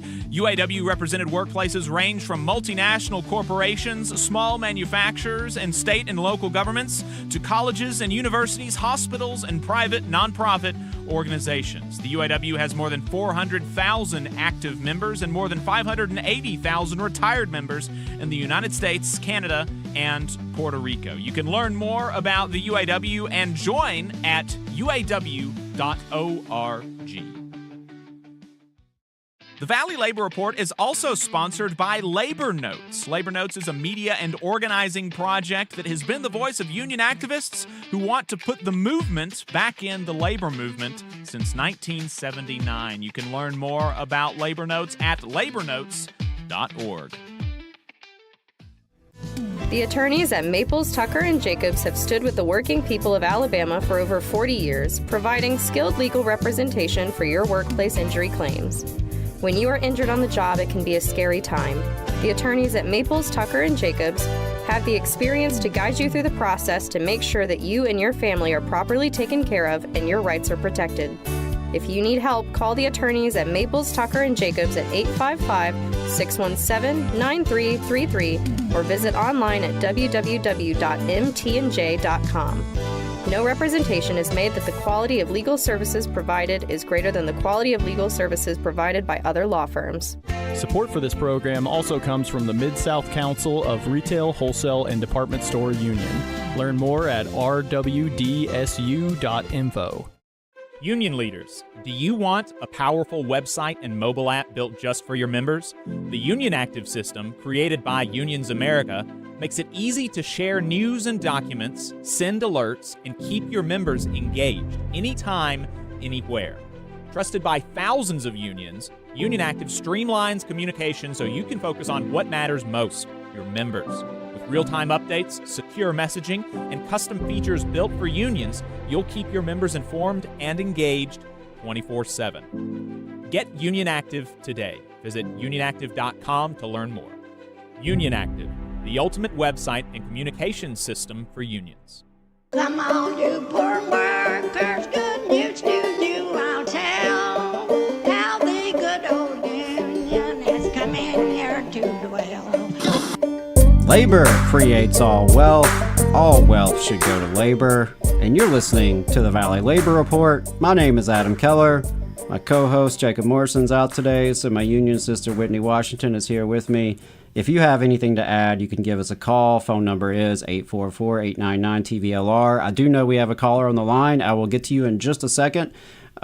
We had quite some reaction to the interview with Clayton from the Catholic Labor Network. I think there's some diverse opinions about that. Whitney, you want to talk about that? Yeah, thank you guys so much for chiming in on the chat. I also especially love the very niche papal history. I definitely agree. Pope Francis did speak out about the genocide in Gaza, as well as AFL-CIO. So this is, not uncharted territory. And, just looking in the chat, that this genocide is definitely affecting working people, people doing their work as healthcare workers, as teachers, as journalists that are immediately and directly impacted, beside just everyone generally being a worker. I definitely think that this is something that would affect workers. I think it is a workers' issue, especially as our government continues to slide towards fascism and we lose legal protections as unions. Is we have to think of ways to fight back outside of sort of the narrow constraints of the NLRB that we are currently used to. So we need to be looking to other, countries that are having resistance movements or fighting oppression to how we need to organize. Yeah, and I think it's a common thing that I hear, especially here in the South. I run into union leaders a lot of times who say, I wish our national union would keep quiet about X, Y, and Z, right? something that just stood out to me was when I worked for the Alabama Education Association, they actually told the NEA in D.C. not to send their magazines to members in Alabama because there would be Democrats on the cover sometimes, and that would trigger people's thoughts and emotions and response and potentially alienate more conservative members.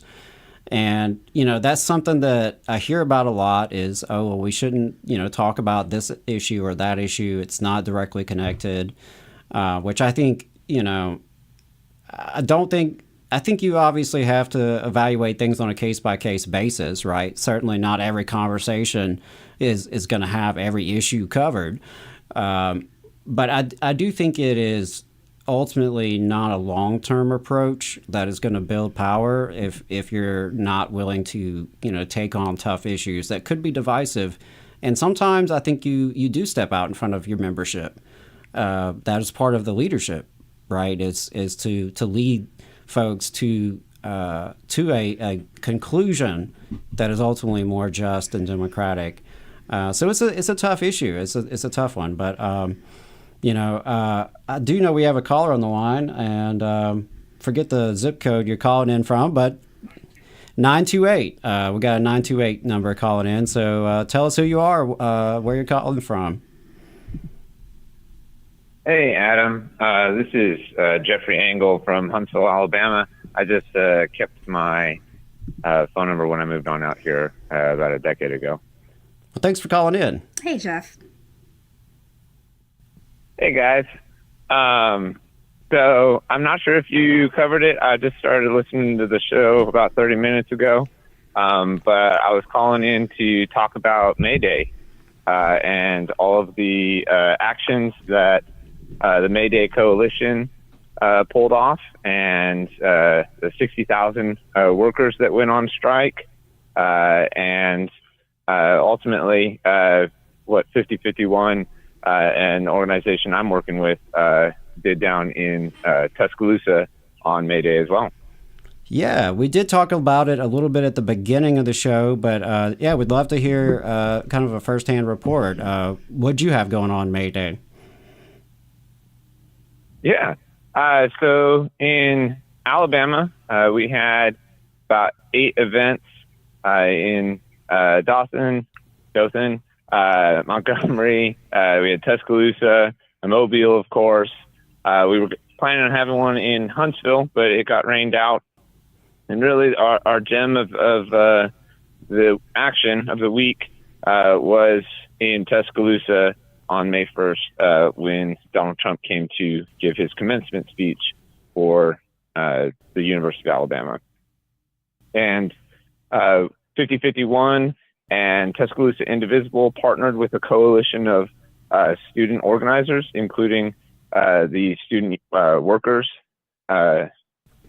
Union, and we marched onto campus and met up with the students.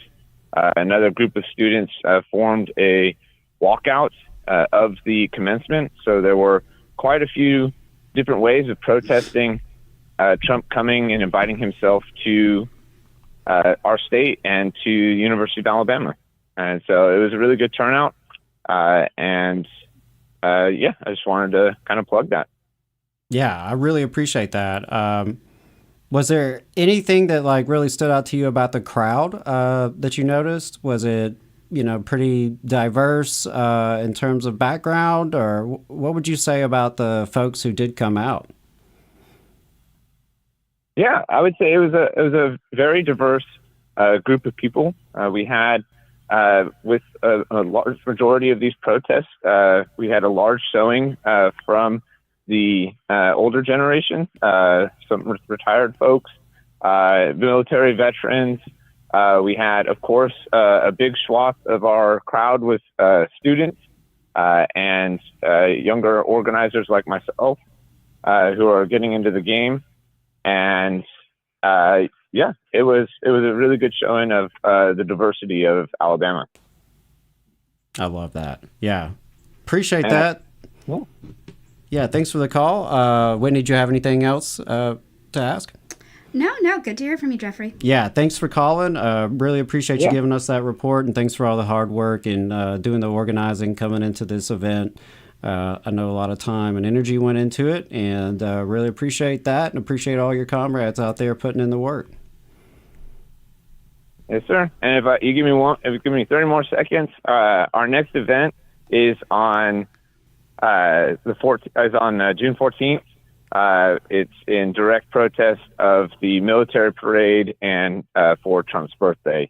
So 5051 will be mobilizing again on the 14th. Awesome. June 14th. Yeah. Well, definitely give us a call back between now and then and let us know a little bit closer to what's going on with that. But yeah, thanks for giving us a call. Yeah. Thank you, Adam. Thank you for your time, and thank you for all the work you guys put in. Yeah, appreciate it. Have a good one. And if you want to get there, 844-899-TVLR, if you want to give us a call, happy to take some calls. We'll have some time in overtime as well. Appreciate that Mayday report. You're welcome to give us an update from Mayday actions wherever you're from. And here in the last couple of minutes of the show, we do want to make sure we get to Boss Watch. Just a reminder that so far under the Trump administration, the Occupational Safety and Health Administration is not being as public with its investigations. Used to craft this segment, it was pretty easy. I would just go to the EEOC and the Department of Labor and these other agencies' websites and find where they've busted someone, usually a lot of someone's every week across the South. Not happening anymore. So one area you can find some of this information is the Confined Space newsletter set up by Jordan Barab. He's a former OSHA official. So you can find some cases there on his website. And I also want to mention Union Busters. This segment of Boss Watch, Union Busters, covering national updates, is sponsored by Labor Lab. Labor Lab is an employer watchdog organization. They are committed to safeguarding the right to organize through unions, collective bargaining, and mutual aid. They do this by combing through reports that Union Busters are required to file with the Department of Labor. Here are the new filings from this week. LabCorp in San Diego hired East Coast Labor Relations for $3,500 a day. That is the firm owned by that guy we had on the show a while back, funny enough. U.S. Auto Force in California hired Quest Consulting for $250 to $500 an hour. There is an open union election there. According to federal filings, Jessica Thomas is the president of the firm, but according to their filings with the Nevada Secretary of State, Lupe Cruz is the president. Cruz formerly worked as a union organizer for Unite Here. Boo. Sunbelt Rentals in Michigan hired GRCA with a union election still open there. The Royal Group in Illinois hired ICWE. Workers recently lost the union election 14 to 29. The Union Busters did not file until after the election. Golden Mile Eurostar in Illinois also hired ICWE. The union election is still open.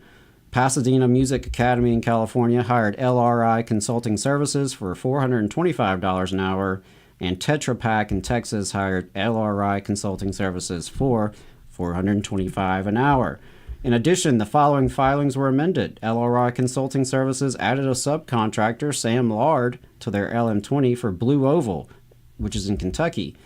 Blue Oval is another really important test for the UAW in their campaign to organize the southern non-union automotive manufacturers.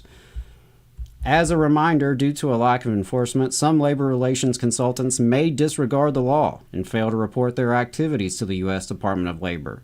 Therefore, it's crucial for organizers and workers to report suspected persuader activity to the U.S. Department of Labor's Office of Labor Management Standards, OLMS. You can also report to Labor Lab. So please reach out to Labor Lab at contact@laborlab.us. If you think there's a union buster in your workplace, do reach out to them. Some strange fella with a fancy suit shows up talking weird about unions, you might have a union buster on your hand. You might want to reach out to Labor Lab. And just to wrap things up with a couple plugs, before we go off the radio here, and don't forget we will be live for another hour and a half on overtime. So we do have a couple of events coming up from Labor Notes. They have some workshops in the month of May, including Thinking Like an Organizer for stewards. Alabama Arise has their legislative wrap-up on May 20th online. Don't forget Starbucks Workers United in Huntsville. They have their election coming up soon. They're encouraging folks to stop by on Saturdays. We also are proud to remind folks we officially joined Means TV last month. You can subscribe with the discount code TVLR and receive 20% off your first month or entire year. Don't forget to leave us a voicemail, 844-899-TVLR. And don't forget to like, subscribe, and share the Valley Labor Report. We are about to head into overtime. Lots of good stuff there. For those of you on the radio, we will catch you next week.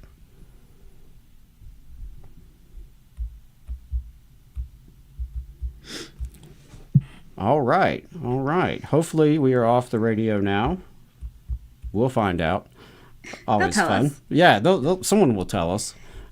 So we are going to take a break. We're going to have a whole second half of the program lined up for you in overtime. Really excited about what we have on deck. Hopefully we have a guest at 11:15. We certainly hope.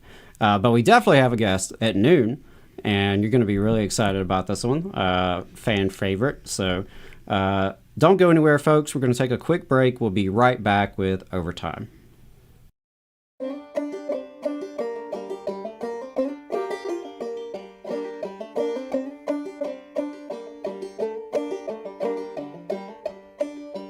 Come on, you poor workers, good news to you I'll tell.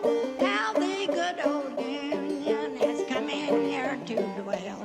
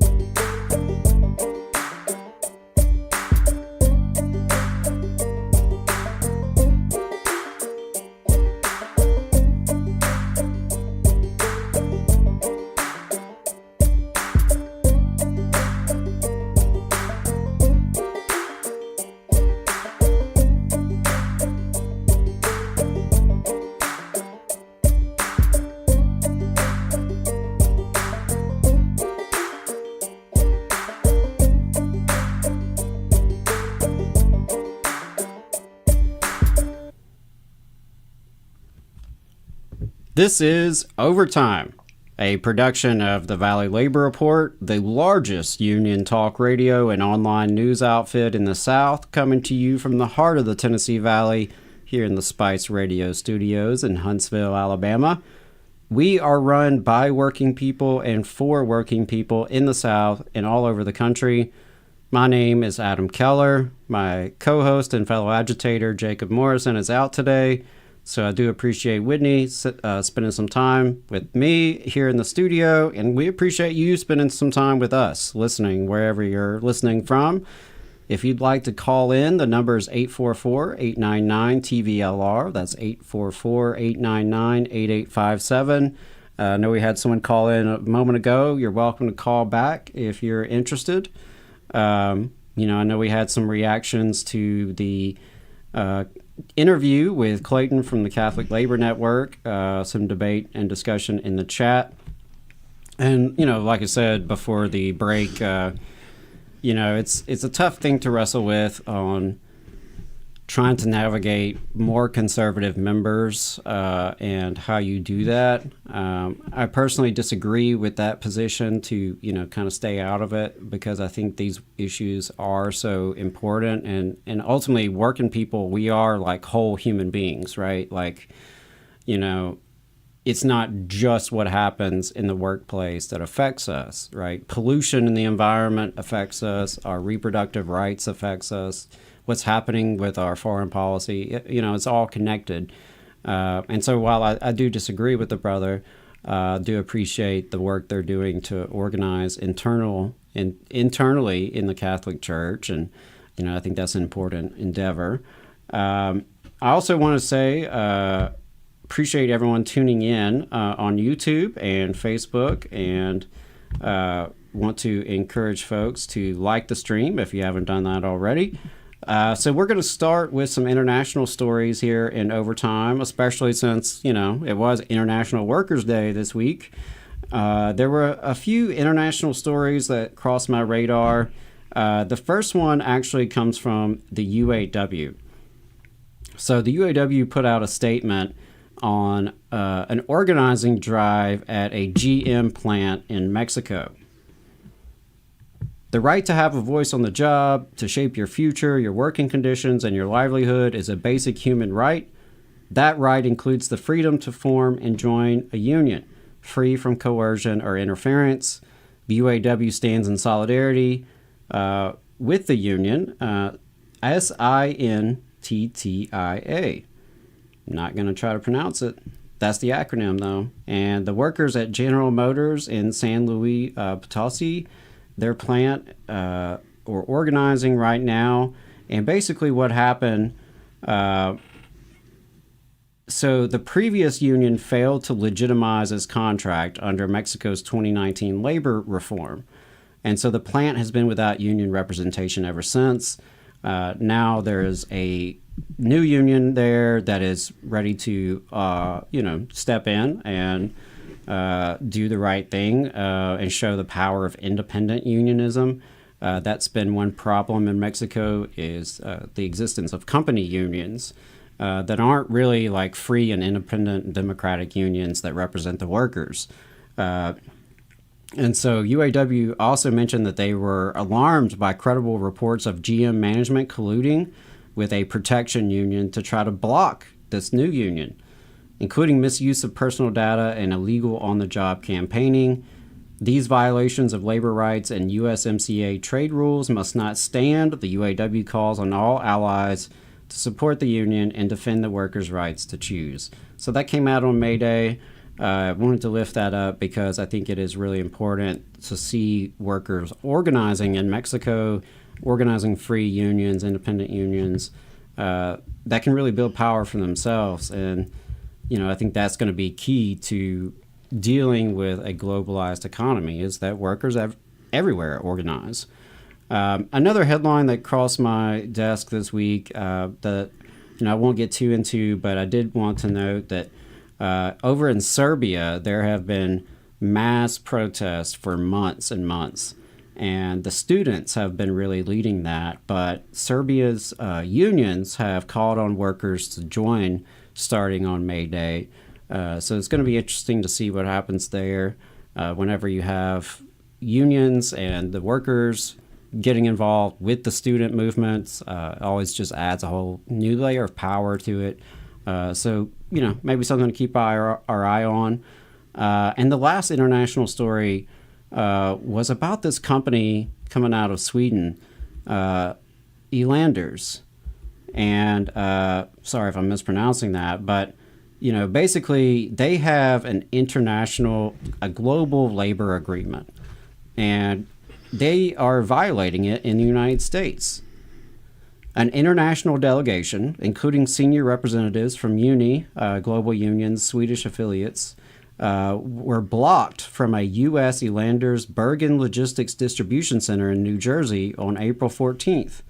The delegation visited the facility to investigate troubling reports of the company obstructing workers' rights to form a union. The North Bergen warehouse employs around 185 people and mainly serves clients in New York's fashion industry. The workers have sought union recognition through Workers United SEIU, which is also a UNI affiliate. Swedish multinational logistics company Elanders has signed a global agreement with UNI, committing to uphold core International Labor Organization conventions, including the rights to freedom of association and collective bargaining. The agreement also guarantees UNI affiliates unaccompanied access to Elanders workplaces to inform workers about their right to unionize and the benefits of union representation.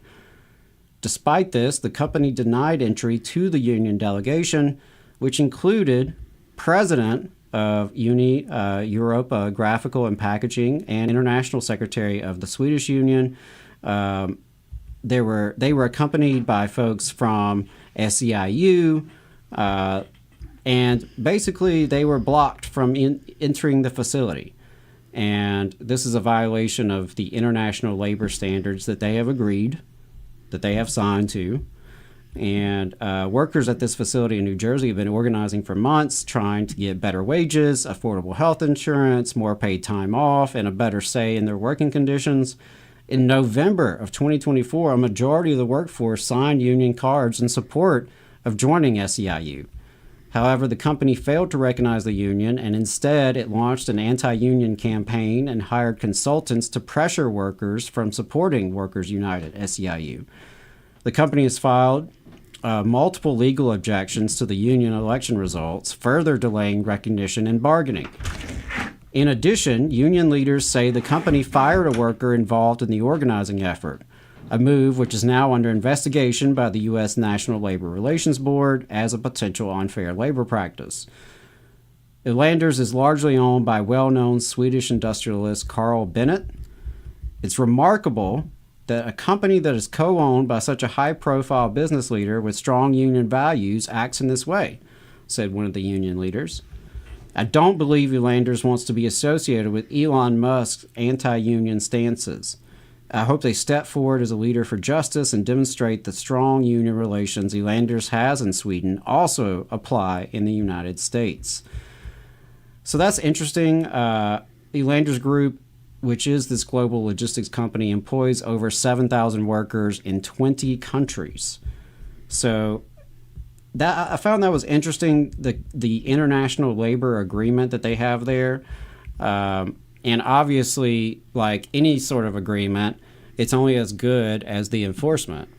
And, they've agreed on paper that these companies will allow the union to come in the door, but push comes to shove, right? They're trying to back out of it. So it's going to be interesting to see. Apparently, this was big news in Sweden because it's such a high-profile company there. So we'll see if, the Swedish labor movement in particular is able to make a big influence and help out these workers in New Jersey. And that points to the importance of international solidarity because so many of these companies are multinational now. The investors are from all over, the employees are from all over. So, that's a situation we're dealing with. And I'm not sure if we have our next guest on the line. So we will keep an eye out for that. Hopefully they'll be coming on here shortly. Whitney, I know you wanted to talk a little bit about the arts, and before I let you get to that, I wanted to mention that, I am a member of IATSE, International Alliance of Theatrical Stage Employees, and, our international sent out an action alert yesterday about what's happening in Congress when it comes to next year's funding for the National Endowment for the Arts, NEA, and the National Endowment for the Humanities, NEH. So, it wasn't just IATSE, it was SAG-AFTRA, Actors Equity, American Federation of Musicians, and other unions are all urging people to contact their representative to ask that they join the bipartisan group of House members supporting increased funding for both the National Endowment for the Arts and the National Endowment for the Humanities in the next year's budget. These grants support job opportunities for union creative professionals in every state while providing all Americans with access to enriching programs that lift up local economies. And some of these grants actually come with important workplace protections.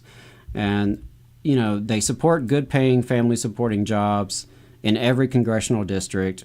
Even folks working in the commercial side of the industry benefit from being able to develop their careers on NEA and NEH supported productions. So ultimately, the unions are pushing for even more funding at $1 per capita each for these programs. And they also mentioned that, the federal arts and humanities are good for local economies. Studies find that each person who attends a live nonprofit cultural event spends $38.46 beyond the cost of admission on travel, dining, shopping, and other event-related purchases in local communities.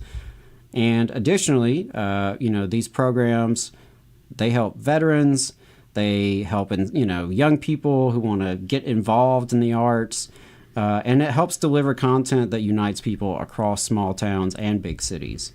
Lots going on there in Congress with the budget.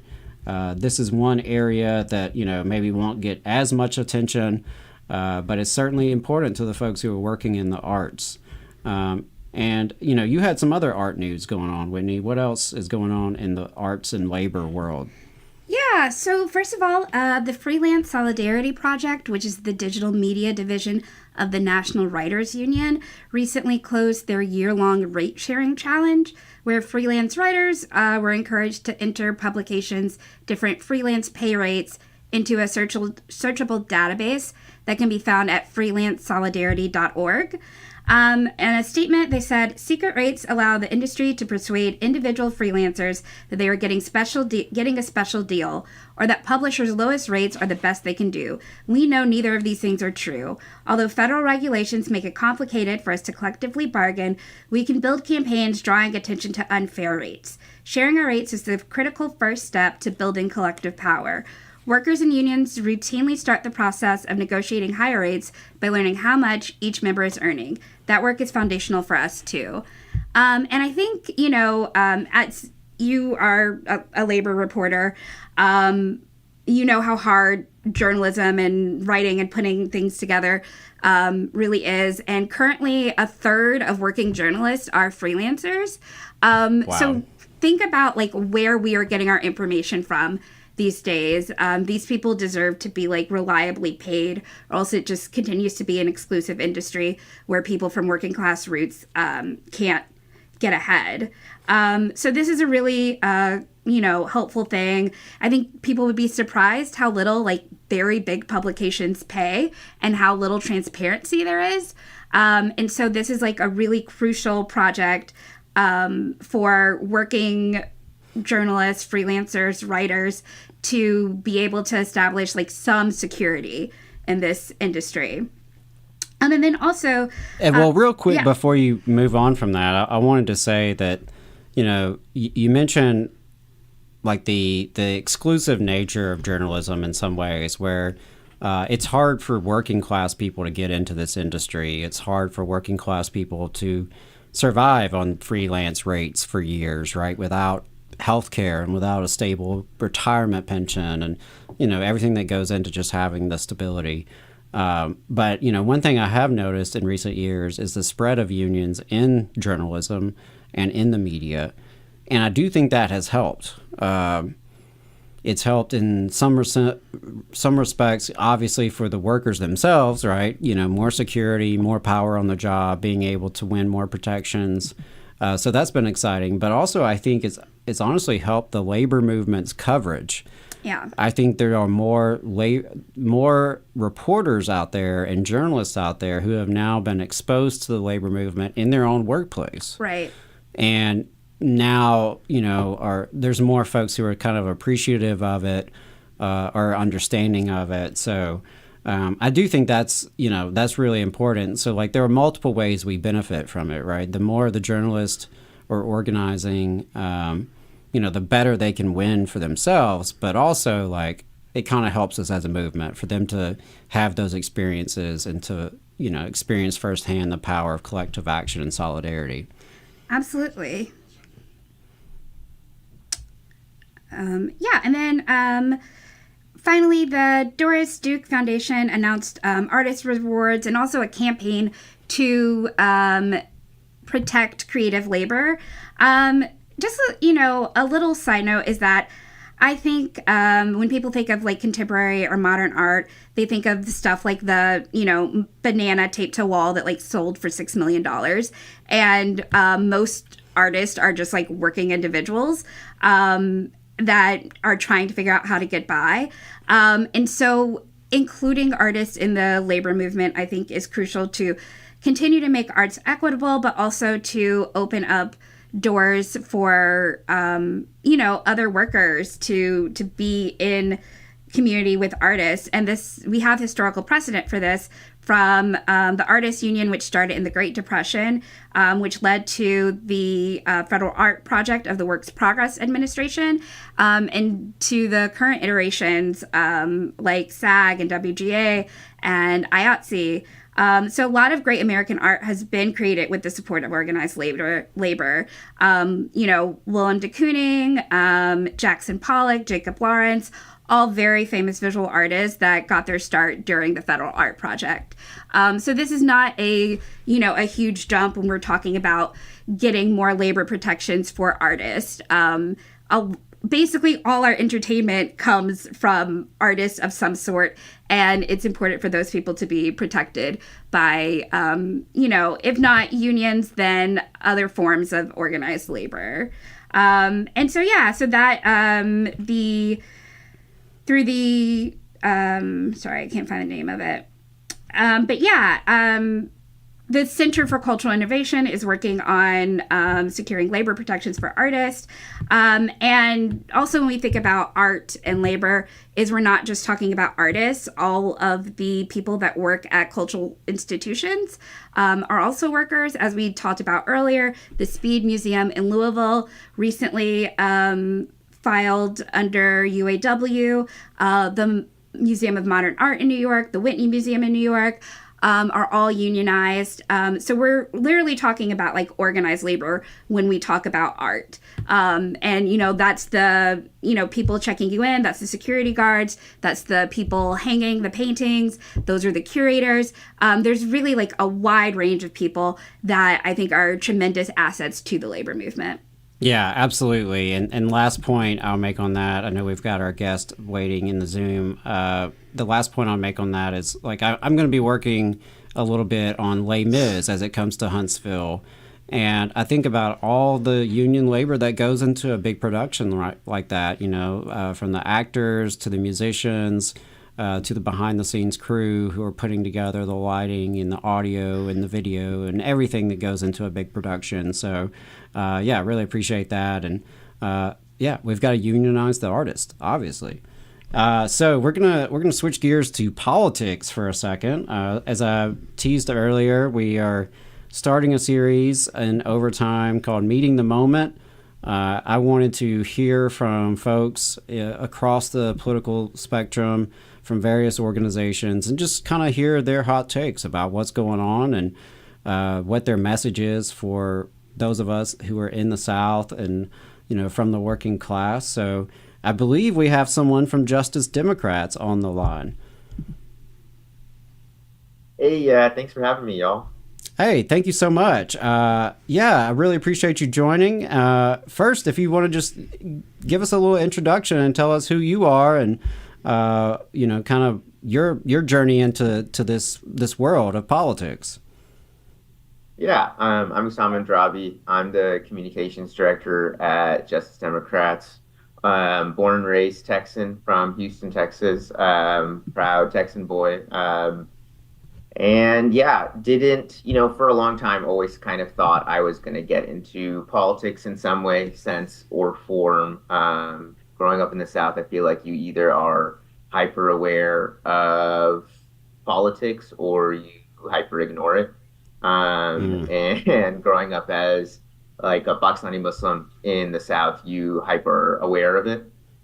So that kind of is what got me into it, just watching Republican administrations lead what was a pretty particular foreign policy agenda while I was growing up, and then seeing the Democratic Party sort of continue that foreign policy agenda in my adolescence is what brought me to this work through a lot of different places and spaces that eventually got me to Justice Democrats nearly 4 years ago.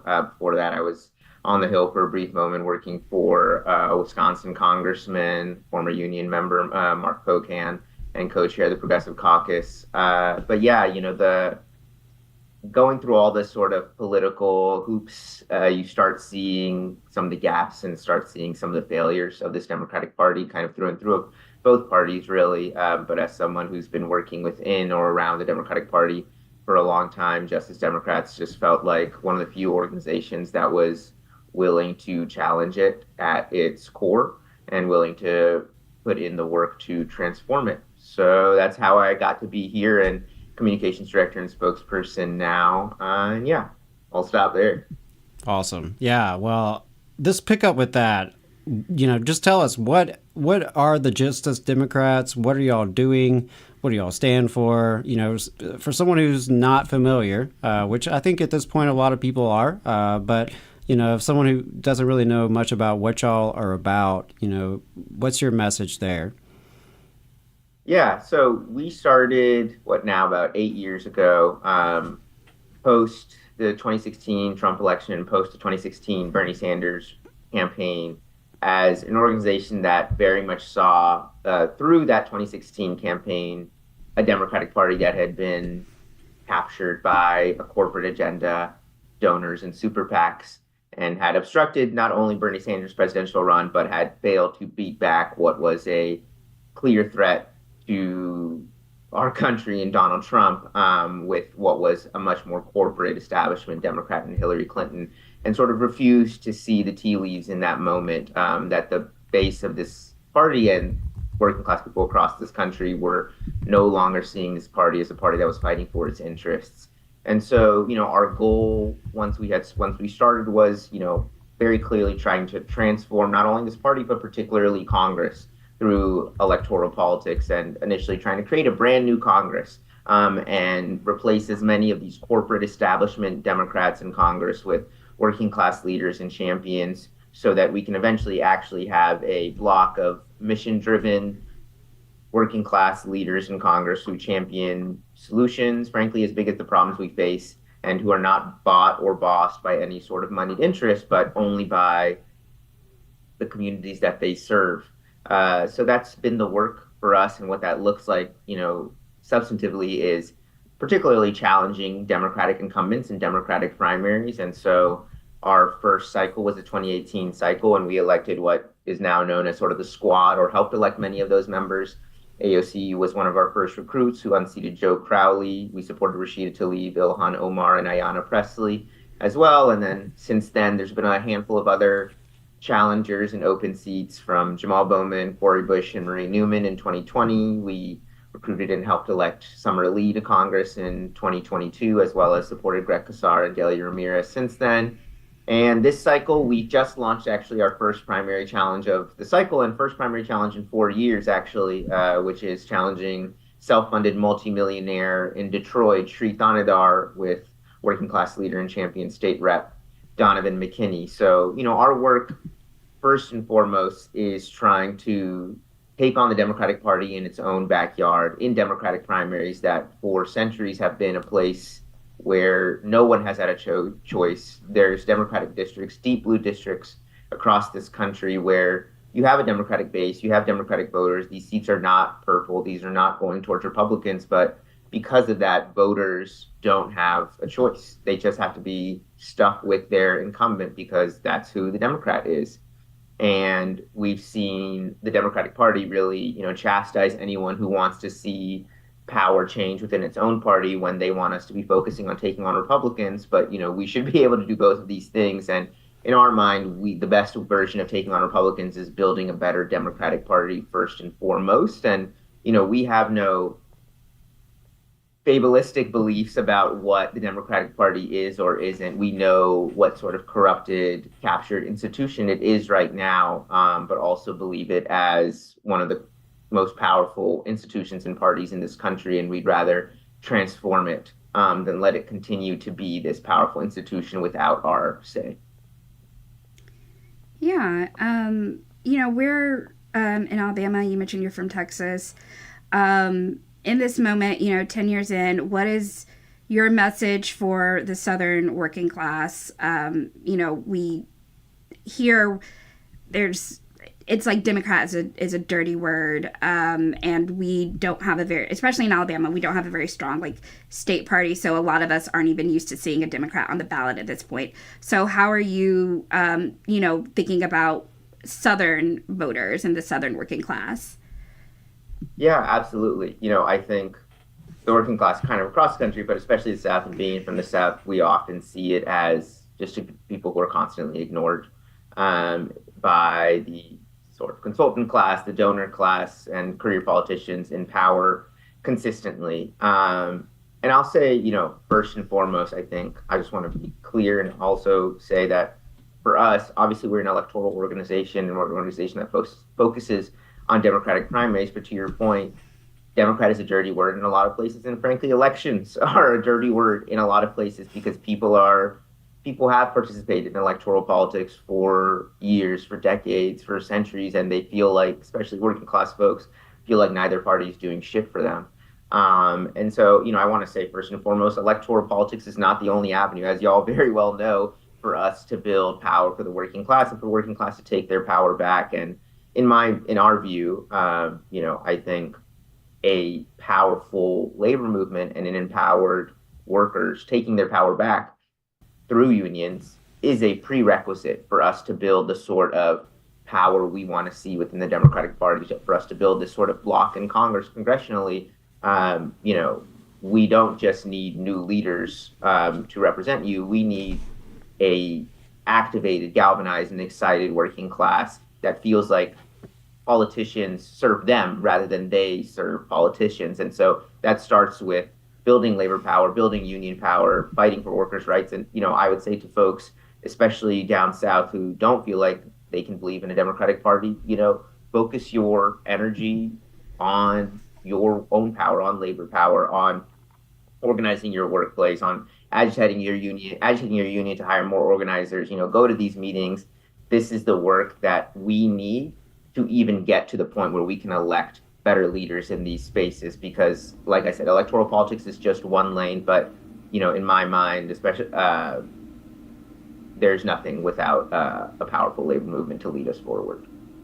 Yeah, I really, really appreciate you, expanding on that, because you're right. Electoral politics is something a lot of working people are disengaged from.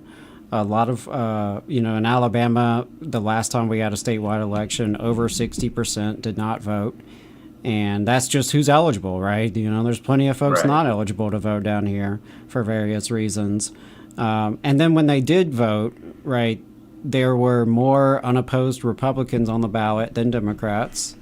Where they found Democrats, it was often like campaigns in name only, or folks that were also sponsored by the Chamber of Commerce, right? So I think I appreciate you keeping it real, because I think that's the reality that we are in, that a lot of people are disaffected. There's a lot of potential, in reaching folks like that, but and that does lead me to my next question, which is, given that we are now 100 days into the Trump administration, over 100 days, what do you think we should be doing to respond? And by we, the political class, political leadership, labor leadership, all the way to just rank and file workers who may be tuning into this program. What should we be doing to respond to the crisis that we're in today? Yeah, I think that's a fair question. And it's also the $1 million fucking question. Right. I think there's a lot of different things for a lot of different folks to do, right? Like, to your point, there's what we have seen, the failure of the political class sort of to meet this moment right now, with particularly Democratic leadership, who is more happy to play possum in the face of, fascism and threats to our civil liberties and, frankly, threats to our economy, than to fight back with every tool in their toolbox. And, I'm not going to pretend to not understand that the Democrats are in a minority right now. We know that. That's fine. We don't need to be told that again. But then what are you going to do in that minority? We've seen what Republican minorities look like, right? They are still wielding power in any way they can, using archaic Senate rules to obstruct progress, obstruct proceedings. And, first and foremost, at least in Congress, to start from there, we should not be seeing the person who is leading the mass disappearance campaigns across this country, Marco Rubio, was confirmed unanimously in the Senate as the first Trump cabinet member. There should be no single member of the cabinet that Democrats, if they believe that this government and this party is such a threat to our livelihoods and our liberties, no one should be accepted. I don't care if he's your former Senate colleague. Frankly, he was a piece of shit then as well. And so I don't know why we're allowing him to be Secretary of State unanimously. But there's been tons of other confirmations that some members, be it John Fetterman or others, are voting for. There's Chuck Schumer, who literally decided to be a doormat for the Republican Party in the one moment that we had a leverage for, which was the CR, or the continuing resolution, to prevent Republicans to have the power and leverage that they do now to cut taxes for billionaires and corporations and pay for it by cutting Medicaid for our seniors and Medicaid for our poor people and Social Security for our seniors.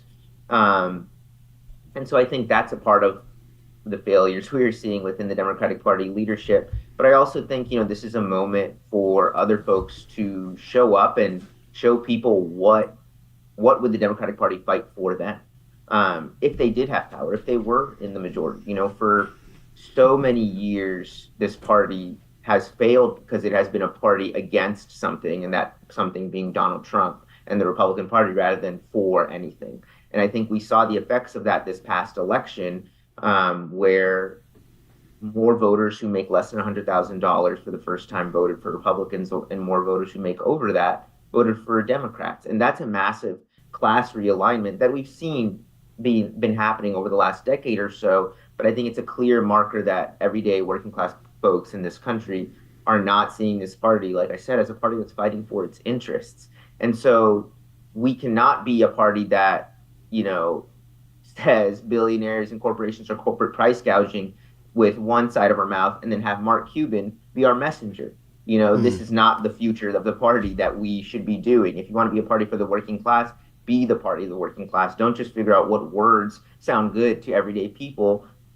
Bring working class people up through the ranks of this party, not only as politicians, as elected leaders, but as the party apparatus within the DNC, within the DCCC. The work that we are trying to do is to bring more everyday people's voices to what has been a, for lack of a better word, old boys club within the Democratic Party, or old whatever club you want to say. It's a bought corporate establishment that demands some breaking right now, and not just lip service to working class communities, but actually seeing working class people within Democratic Party leadership. And so for the rank and files, for folks on the ground, for everyday people who are just seeing this and are fed up with both their elected representation, but also everything, I think there's a lot of different things to do electorally.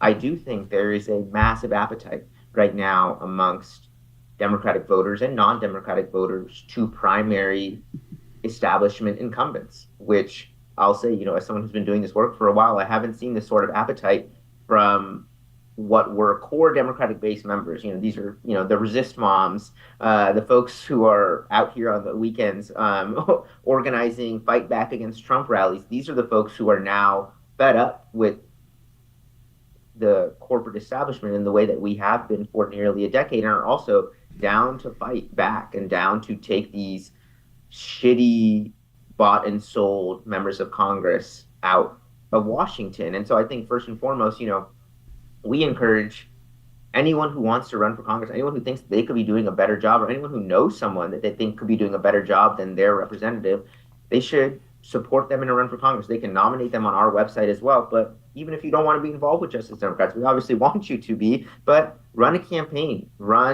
challenge power. The first step for these folks in Washington to feel threatened is to be threatened. And that's why we exist as an organization, is because we know a lot of working class folks don't have the resources, don't have the infrastructure to challenge what is an entrenched corporate incumbent who gets money from Wall Street, pharma, crypto, and APAC all in one. We try and serve as some of that infrastructure support, but also if you don't want to be involved in electoral politics, like I said earlier, organize workers, organize your workplace, organize your community, and whatever that looks like, be it through a union, be it through a tenant union, be it through just organizing on the ground. Electoral politics are not the only sphere and arena for us to build political power, and necessarily so it cannot be, right? Electoral politics should be an outcome that we want to transform, in my opinion, because it controls so much of our daily lives. But we can only really build that power and build the sort of power that can take on a corporate incumbent, that can challenge these sort of institutions when we have organized power on the ground, be it through a union or other organized work versions of what that could look like. And so, I wholly support us doing the work to revive labor power as a means to get the political outcomes we want in this country. And I think we're starting to see that from some unions who are beginning to realize that the Democratic Party has taken unions and the labor movement for granted for 50 years at this point, right? The party itself has accepted unions and workers as on their side, just because they're not the ones who are, outrightly union busting through law always. But we're not doing enough to fight back for labor, and labor should, politicians should have to earn the support from labor. And so on that end, for us, I think we should start having unions not automatically endorse incumbents, just because they're Democrats. We should have that actually be something you earn by showing that you're fighting for workers. And there's obviously incumbents right now, former union members, fighters for the labor movement in Congress, but there's a lot more who don't do shit for workers, for unions, for actually fighting for folks when push comes to shove, because they also are taking millions of dollars from corporate donors. And so I think we should stop letting the Democratic Party get the automatic union bug that it's been getting for about 50 years and start making these leaders earn the support of the rank and file, and not vice versa. Thank you. I really love that. And, you mentioned sort of the failures of the Democratic Party. And there's a lot of people that at this point are like, is it even worthwhile to engage with them? That, they've been, like you said earlier, they've been leaving or just like not engaging. What would you say to the people that have already left? Yeah, I think, I'm not going to pretend like I don't understand it. Like as someone who works within, at the end of the day, Democratic Party politics and electoral politics, I have also been disillusioned. I've also been like, what's the point of any of this? Can we actually build power? If APAC can spend $15 million against a single former nurse or a single middle school principal to buy a seat in Congress, is this worth it? And, for me, it still feels worth it. In that, one, I've seen the sort of people we have been able to elect, despite not having the resources, despite not having the money that some of these corporate PACs have. We've been able to elect a small cadre of working class champions in Congress who, just despite being not a big enough block to change what the future of the Democratic Party looks like, has changed where the Democratic Party is, has made things like Medicare for All, a Green New Deal, raising taxes on billionaires, fighting for Palestinian rights and liberation, all of these things which, even 20, 30 years ago were dirty words in the Democratic Party, especially the Clinton Democratic Party, have transformed to be ubiquitously popular policy positions across the political spectrum, and policies the Democratic Party could champion if they were not so taken over by big money in politics. That's not to say that clearly the majority of the Democratic Party is, and it is an institution that has frankly failed working class people cycle after cycle. For me, I say to the folks who have left, I understand it. Like, I get it. I get feeling like there's nothing to do left in this.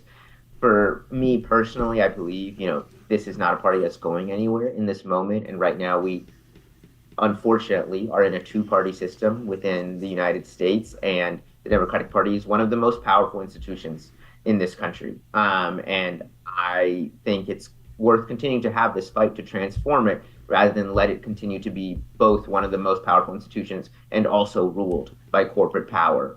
Because even if we are able to sort of build this challenging third party, whatever that looks like, there still will be two other institutions of power taken over by corporations and billionaires.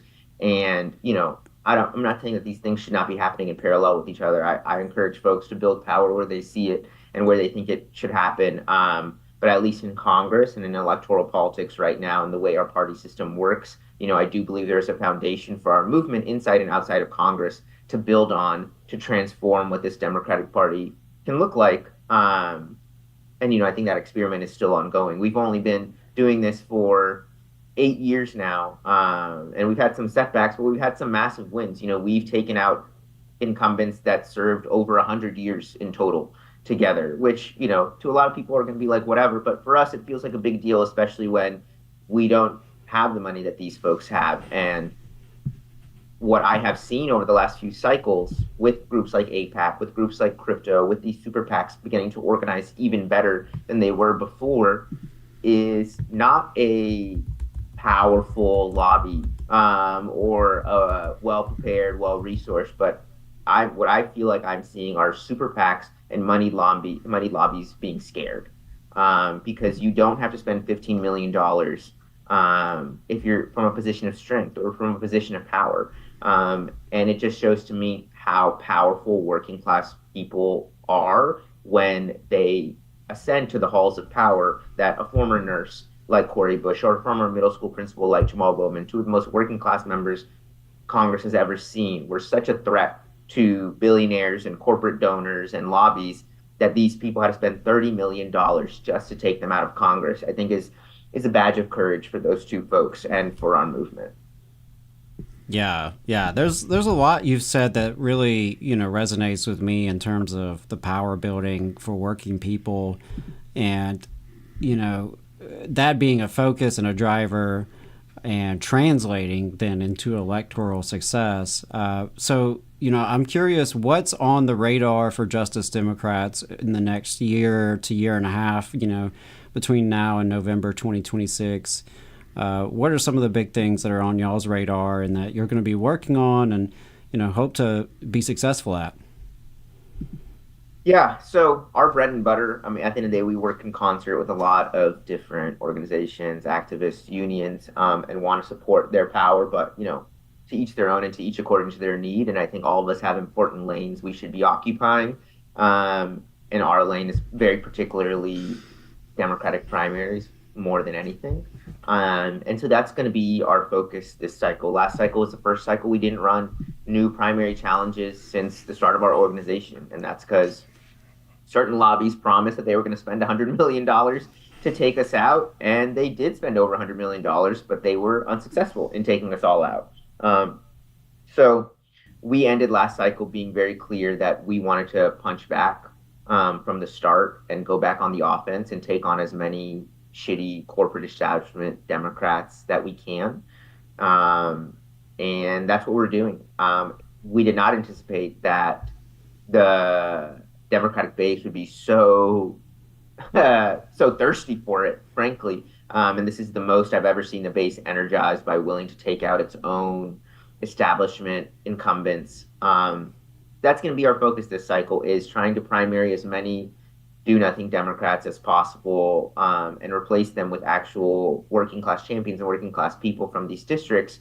And so, like I said, the first one, we just launched our first candidate of the cycle in Detroit, one of the poorest and one of the most working-class districts in this country, in Michigan 13th, who's being represented right now by a literal multimillionaire who has spent over $17 million of his own money to buy this seat. He has also spent more taxpayer dollars than any member of Congress promoting himself on billboards and TV ads. He has, invested his own money, campaign money, into crypto money, which is why his first quarter is in the negative right now. He has made over $1 million in stock trades since he got to Congress, and this is only his second term. This man embodies everything, I think, wrong with the Democratic Party and everything wrong with Congress, right? We are seeing what happens when we allow billionaires and corporate super PACs to dictate the agenda and politicians within both parties. Now you have that plus a man who can fund his own self-interest because he's just a self-funded multimillionaire, and the results are clear. I think this race embodies a fight for the future of the party for us because it embodies what so many people across the country are facing. This is a man who can't even pick up the phone for his constituents when there's massive truck derailments of nuclear waste or gun violence that is, some of the largest instances of gun violence that have happened in this district, or the fact that this district still has lead in its water and poison in its air. And, you have people like Donovan McKinney who we're supporting, who's born and raised working class champion in this district, understands what it's like to be evicted over 15 times because of poverty wages growing up, understands what it's like to have a mom who had to work 2 or 3 jobs just to put food on the table, knows what it's like to have to check his kids' lead levels every day to make sure that the water they're drinking is not too poisonous, knows what it's like to have the same asthmatic cough that every single member of his family has, and now that his 3-year-old son has pre-asthma because of the pollution from smokestacks and the auto factories in that district. This is what the type of leadership that we are trying to find for Congress are folks who actually understand the problems that their communities are facing and will then fight with the urgency that their communities need from it. Because when you have millionaires in power, they don't give a shit, frankly, and they don't have to give a shit. They don't worry about how much anything costs or whether their air is breathable. It is breathable, and they don't care. They have the money to pay for the $11 eggs that it costs in Detroit right now. And so that's the work that we're focusing on right now. Donovan's our first endorsed primary challenge, but hopefully not our last. Definitely not our last, I should say. So there's a lot of folks who've already launched their primaries we're excited to possibly support. And there's a lot of people we're talking to in districts across the country. Our approach to this work is we're a small group of folks at JD that live across the country, and we know a lot about where we're from in a lot of different districts, but we don't pretend to know what's best for any working class community across the country. And that's why our candidate recruitment work is a 24/7, 365 type of process where we try and talk to as many people on the ground in these districts, talk to activists, organizers, labor leaders, just anyone who's down to talk to us to hear, do you feel like your community is being served by your representative? Do you have someone else you think would be better? What do you think should be happening in Congress right now? And sometimes we get a lot of folks telling us, what happened in Michigan. We talked to unions, we talked to workers, we talked to advocates and activists. Everyone told us, talk to Donovan. Donovan is your guy. And so, we listen to what these communities say. And sometimes some of the communities say, no, we're good. We don't actually want to challenge our incumbent. We like this guy. Y'all may not. And we're like, okay, that's fine. We're not here to carpet bag or parachute into any sort of district and tell them what's better for them. We're here to sort of just listen to the people on the ground and try and provide some support and infrastructure for them to take their power back. I've really enjoyed this conversation and really appreciate you making the time this morning. If folks want to find out more about Justice Democrats or, get more involved, how can they do that? Yeah, we are justicedemocrats.com is our website. All of our social medias are on there. You can find us pretty easily if you search Justice Democrats on Twitter, Instagram, Blue Sky, whatever social media you're on. And also please support, these candidates. Donovan McKinney is not a multimillionaire. He is a working class guy with 2 kids, and he needs your support. So if you can also go to his website, DonovanMcKinney.com or DonovanForCongress.com, and support him. He needs the resources right now to take on this multimillionaire. And I've really enjoyed this conversation too, both y'all, and love the Valley Labor Board, and I'm glad the South has folks like y'all on their side. Yeah, absolutely. Thank you so much. Really enjoyed it. Really appreciate it. And stay in touch. We'll please, anytime. Yeah, absolutely. We'll take care. Thanks. Have a good one, y'all. Yeah, I enjoyed that conversation. Really enjoyed that conversation, and appreciated hearing from a political person who, is willing to just keep it real about the situation we're in, and also the importance of labor organizing and labor power, and how that's even really outside connected. of elections. Yeah. Right, yeah, because I could really see how easy it is to get hyper focused on elections. A lot of political people we know do that, right? Yeah. And that's what the news media loves to focus on a lot. It's very like horse race journalism, covering elections. And I think there are real concerns about some of the current, protest energy in the country. Is it just going to be redirected to, vote blue no matter who, right? Mm-hmm. And I think there are reasons, like he said, to be optimistic that there's a lot of energy for some change. Even among people who are, maybe moderates or liberals, certainly not radicals by any means, but people seem to be ready for change, seem, willing to step out a little bit more. Seems like there's a desire for a break with the status quo. I think people are tired of do-nothing politicians. And, I think if you're going to tell the country that we are facing, existential crisis, you have to act like it. And, I think we're starting to see, who is and who isn't. And I think that's going to be really helpful in the days and months and years ahead as we figure out who we can work with and who we can't. So I do have another interview lined up here in just a minute. Really excited about that. It's going to be a good kind of counterpoint to the interview we just had with Justice Democrats, because we'll be hearing from Chris Townsend, longtime labor organizer and labor leader, and someone who's organized a lot of workers. And so I always appreciate his insight and analysis, and going to be having him join on in just a moment. We do have a caller on the line, so we'll go ahead and take that call before we go to our next interview. 714 number. Thanks for calling. Let us know who you are and where you're calling from. Comrade Adam, it's Jose Francisco Negrete out here in local 952 Orange County. Teamster, rank and file Teamster, also part of Teamster Mobilize. Very proud of that. Very proud of being also a part of Labor for Palestine. I'm out here in Riverside, California today because they're having a May Day parade. So, May Day rally in March, I believe. I think so. So I'm out here supporting the cause. Went to the LA May Day march and rally on Thursday. Huge turnout. I went to the LA Federation of Labor one. Then I went to a more grassroots one in MacArthur Park in the evening. But on Tuesday of the same week, SEIU Local 721 had a rally and march, and they showed up and they showed out. And that was a good precursor to how May Day LA was going to be, and it was big. It was big. I'm glad to see that labor is out here in these streets. I just wish there were some. I'll just be blunt. I wish the Teamsters would have just produced a Berlin Rosen post about May Day.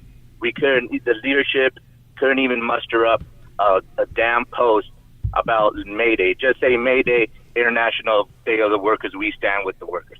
Nothing so radical, nothing so revolutionary that you scared some Teamsters that happened that are Trumpers. But we didn't do that. So that's a shame on us. And regarding the Democrats. When I was a kid, my dean, she gave me a book, a history book, and she's like, read about this man, JFK. I was okay, I made it time, I read about it, so I become a Democrat. But for the last 30 years or 40 years, I've heard them talk about immigration, comprehensive immigration reform, and they have never, ever, ever done anything. Now 4 years ago, they're talking about border security. Border security is not comprehensive immigration reform bill. It's not. Until the Democrats wake up, why put our energy into something that is dying and decaying? It's time to put our energy to something new so we could build something that belongs to us, the workers, not no billionaires from Hollywood, not no billionaire investors in New York, not no billionaires, Silicon Valley. It needs to belong to the workers. I applaud the Social Democrats. That comrade you had, he's putting in good work. But when you have figureheads like AOC, who voted for a bill or an act that says denouncing Israel is anti-Semitism, or you have individuals like Jamal Bowman who voted for the Iron Dome, no. AIPAC has money in both parties. Adam, you're a historian. You know the Democrat. There once was a time there was the Whigs and the Democrat Republicans. I could see that coming to fruition within my lifetime. Democrat Republicans, you have the MAGA wing, and then you're going to have the Workers' Party or Labor Party, whatever you want to call it. It's coming to the differences between Republicans and Democrats are not that big.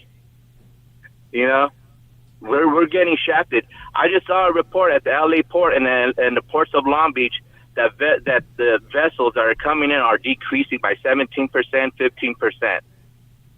For May and for June. That means a lot of working class families are going to get hit because there's not going to be supplies on the shelves.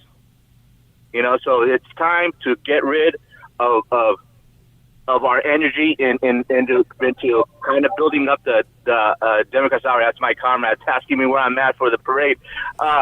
In something that is dying, and I just found out about this thing that happened in 1981, which was Solidarity Day. It happened in September 1981, I think mid-September.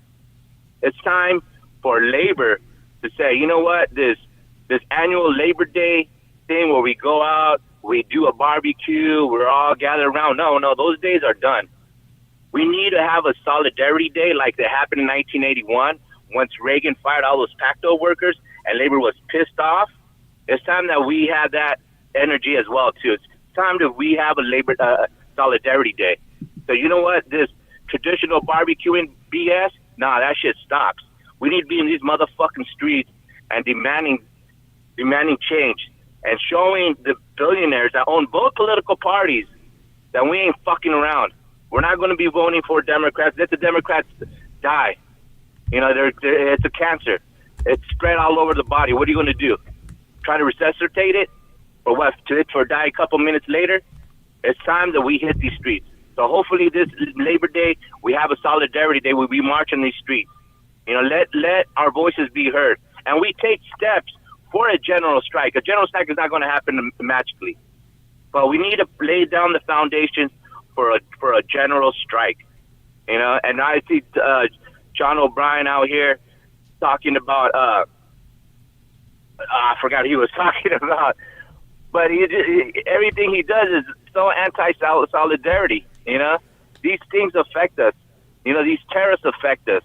And then blaming a Mexican company investing. We should invest in the U.S. working class, but you know what we should also do? Help out our comrades in other countries.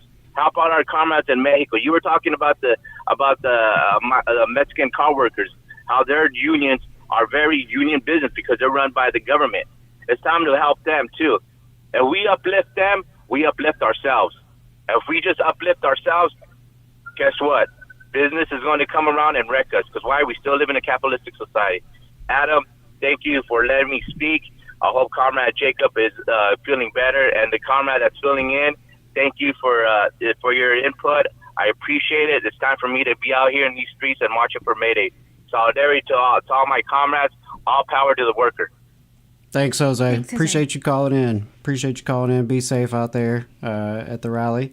844-899-TVLR if you want to get where Jose was at. I do think we have our next guest on the line. Let me just check, though. Okay. All right. Great. Whitney's got to dip out. Thank you, Whitney, for being on the show today. Really appreciated it. Again, a different kind of show today with our typical fearless leader, Jacob Morrison, out today. But he'll be back next week. So if you got tired of me, no worries. He'll be back and in the lead seat next weekend. And we've got some good guests coming up this month. I got to say, I really feel good about some of the guests coming on. We've got interviews scheduled with, like I said, various political figures and political organizations. So we're going to hear from some different perspectives there. We've got some labor leaders coming on the show. We've got some local profiles as well. So, a good mix of local content, state, national, international content. So really excited about that. And I think we have a friend of the show, Chris Townsend, in the Zoom now. Is that right? Yeah, hello. How are you? Hey, Chris, I'm doing well. Great to have you, brother. Appreciate you coming back on the show and appreciate your support as always. And I'm just going to start here because you've organized a lot of workers over the years.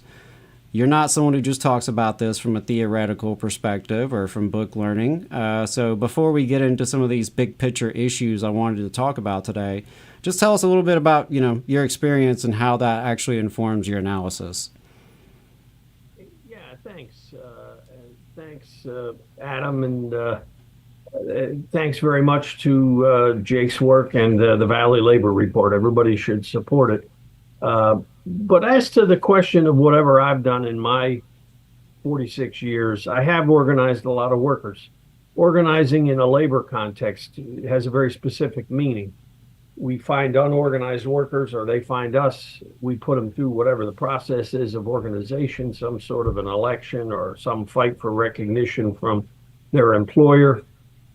Some sort of a first contract is hammered out with that employer, usually over their great resistance. And then they pay dues and begin to play a role in the life of the union.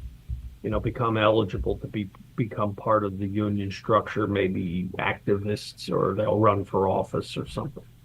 So having been at it that long, I have had considerable success. What do I mean? If I counted up what I've participated in as a worker, a voter, a participant, when I was in the shop, or as a staff guy, volunteer, or staff guy who was working on a campaign, or later, the end of my paid career, when I was the organizing director of the Amalgamated Transit Union, I would estimate about 25,000 people were touched by some piece of the work that I did. Probably half of them, maybe more than, maybe 2/3, I would have been largely responsible for doing that. And that's, you could look at that and say, wow, that's a lot, or you could say, well, that's a drop in the bucket. But I guess I want to say I had the opportunities to be involved in that kind of organizing because I did start in a period of the labor movement where we were much larger and much more active. Organizing today has been shunted, in my opinion, to a side railing or abandoned altogether in any serious way. And we're not running enough elections. That's the crisis. We're not fighting enough recognition fights if we're not going to run elections. And I guess for the younger generation and the newer folks coming along, they just do not have the numbers of opportunities to learn and participate in things that I did. I mean, when I think back, when I first joined the Amalgamated Transit Union, we organized the city of Tampa. I was just a little guy in one of the departments, but it was 3,600 people that we succeeded in organizing. It was significant. And it wasn't too much longer after we had organized that. We organized 3 additional transit or public properties in Florida right in that area. So by the time I was 20, I had probably participated in the organizing of over 4,000 people in a very small way, my own contribution, but it exposed me to the whole process and to what happens, what the employer does, how the workers react. So I think this is what's forgotten, and we have a real dire situation today that everyone may not agree with. But if you actually take a look at the people who are writing and speaking and in some ways leading the discussion about organizing the unorganized in the United States today, a majority of them have never organized anybody. And Adam, you know that I harp on this, and I'm not harping against the people who are raising the dire need to organize the unorganized. They are well intended, they're hitting the nail on the head, but they only bring a really limited theoretical view or their own opinions to it. I would agree with an awful lot of it, but there's no particular insight that they bring, and it doesn't stimulate very much. At least that's been my experience. So I think it's really a question for and I appreciate you guys. You guys regularly have people on the show who actually have track records of accomplishing things and organizing the unorganized and then taking them through contract fights as leaders in their unions. So that's who we should be listening to. There are many successful union organizers out there, but I venture to say that most folks, even listening to this show, would have a hard time naming any of them. They might name some of these would-be celebrities online or whatnot, or folks who are diligently cranking out articles and books and whatnot, but they don't bring any tangible success or anything of any significance to the table. So I hammer on this, and you guys may get tired of it, but this is kind of my drumbeat in any event. Well, no, I'm glad that you do harp on it, because I think it's part of just keeping it real and being accountable to each other and recognizing that if we're going to talk about the crisis of unorganized workers, it helps to talk to people who've actually done something about it. And, like you said, it's not to dismiss that, folks don't have things to add to the conversation or can help in bringing a spotlight to this issue. But, you have a track record of actually organizing workers. And that's why, I guess my first real question for you is, I'm curious to hear, what questions you think we should be asking folks, and what are some of the things that we should be talking about in light of everything going on right now. We passed Trump's 100th day. We've got these threats from multiple directions. We are facing crisis upon crisis. So, yeah, I'm curious just to hear your perspective on, what are some of the things that we should be asking about and talking about? Yeah. One comment flowing from, when I opened up there, but it segues to your question here. The labor movement today functions in an equivalent way to somebody who would take their car to the shop because they heard a noise in the transmission or had some reason to think they had a transmission issue. And when they got into the shop, they would find the service manager and say, "Hey, buddy, I want you to look at my transmission, but I have an additional ask. Can you please assign to my transmission issue somebody who has never worked on a transmission before, or maybe only seen one, or maybe worked on 2 or 4? And this is, of course, an absurd proposition when we talk about our transmissions in our vehicles. But this is the functional equivalent of what most of the labor leadership does today. It hires people with little to no experience, or even people who have been around a considerable time and still have very little experience because of circumstances. The training is dreadful, in my opinion, or non-existent. There's no one to talk to in many unions. I have a long line at my doorway if people find their way to me who are young organizers, new organizers, and they just want somebody to talk to about the very complicated process of organizing workers today. So So that brings me to your question. I don't have much to say to people other than what are you doing to further real union organizing? What are you doing? If you happen to work, most of us work, not everybody, but most of us work, in younger age brackets at least. Are you actually thinking through? I mean, if you're listening to this show, you're probably inclined to know something about what we're dealing with. So wherever you work, what are you doing to lay a foundation to organize a union there? What affirmative steps are you taking? It's going to be different for different sectors where people work. But are you beginning to speak to coworkers? Are you thinking through contacting a union, forming your own union? What's that going to look like? How is your employer going to react? We can almost safely say that the employer will react very badly to this notion. After all, union organizing is not some theoretical exercise. We are organizing a rebellion of workers in a workplace where there is no democracy of any kind. The workplace in the United States, newsflash, is a dictatorship, getting worse in many ways with the surveillance and the spy systems that they are now able to put together with social media and whatnot. But what are working people doing? If you're not in a direct situation where you could do that or participate, everybody has friends and family. What are you doing to talk to workers who should belong to a union or might need a union, which is practically everybody?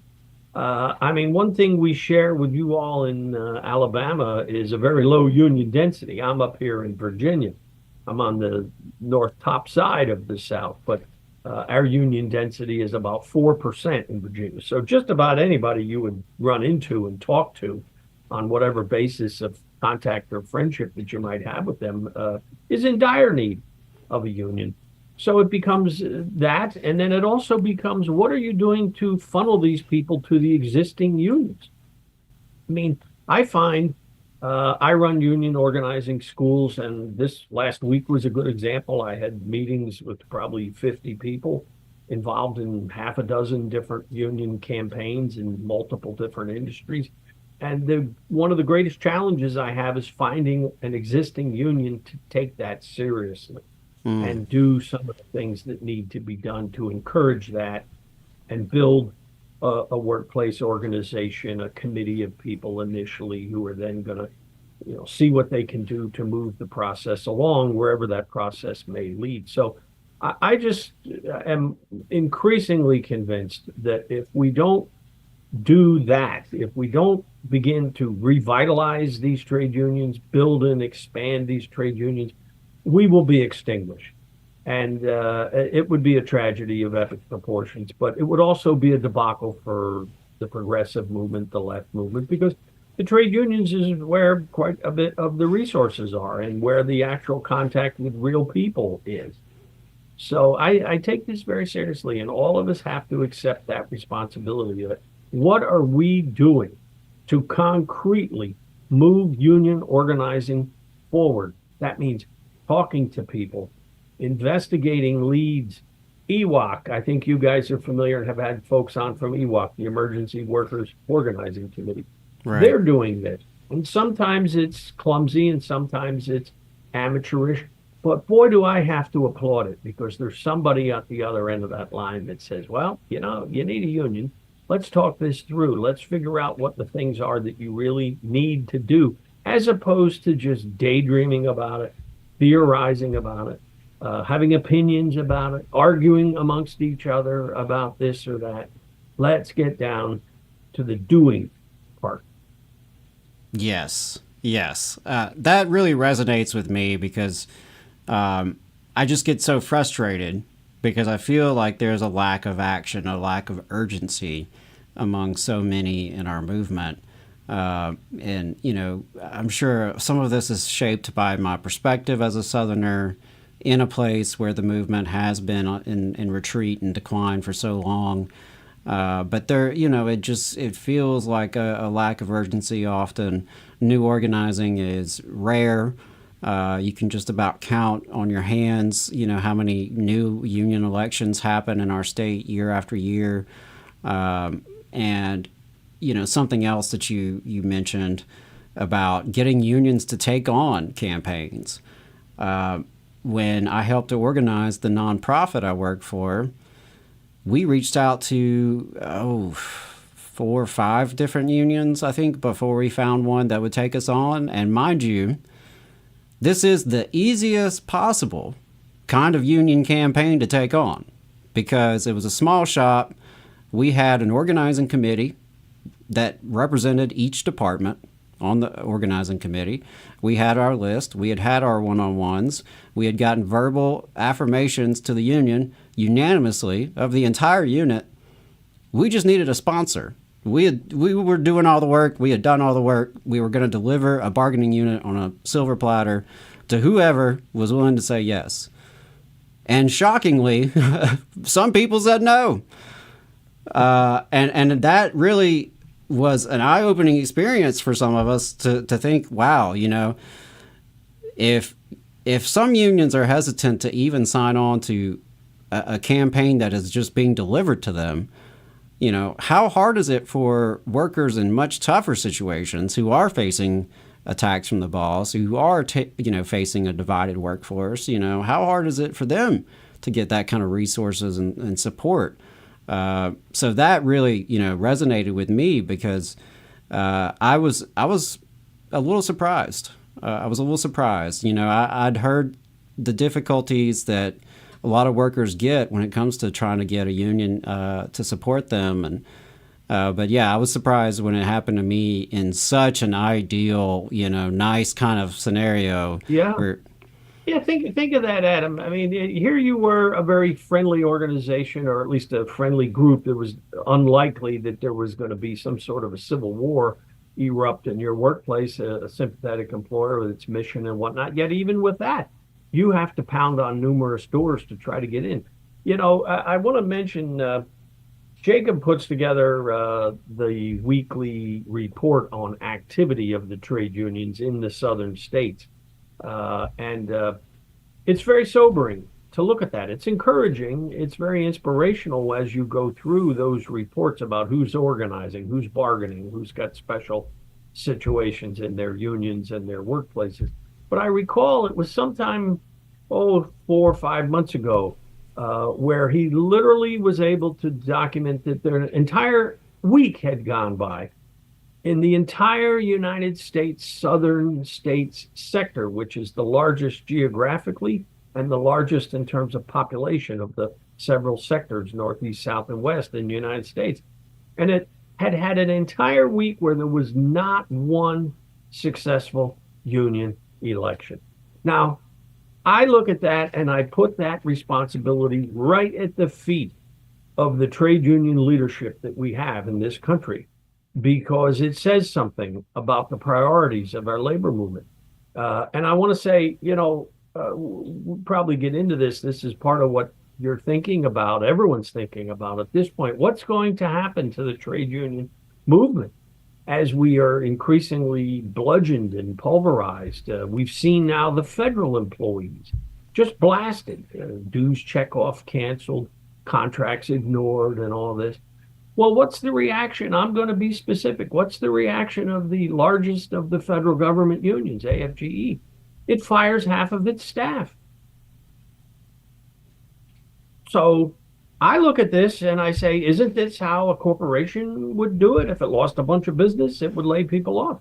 I hope, I don't know for sure, so I'll be careful, but I hope that there's some discussion in that union of people going on to unemployment and continuing to work and continuing to do the work, and people maybe coming out of the shop and working on their own time.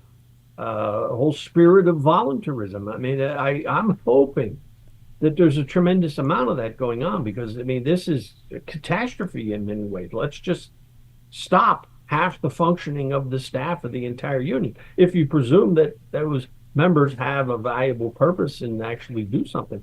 Holy smokes.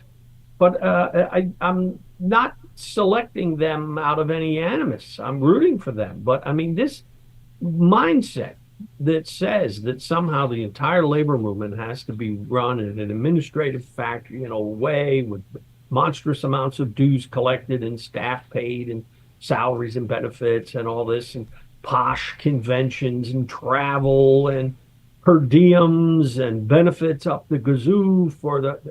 I hope that this era is coming to an end because the resources are so needed for organizing and mobilizing and getting out and actually reaching into the workplaces to recognize your situation was really should have been a wake-up call for this labor movement, and it really is worrisome. It's worrisome. This labor movement was not built by highly paid professional staff. It will not be saved by highly paid professional staff.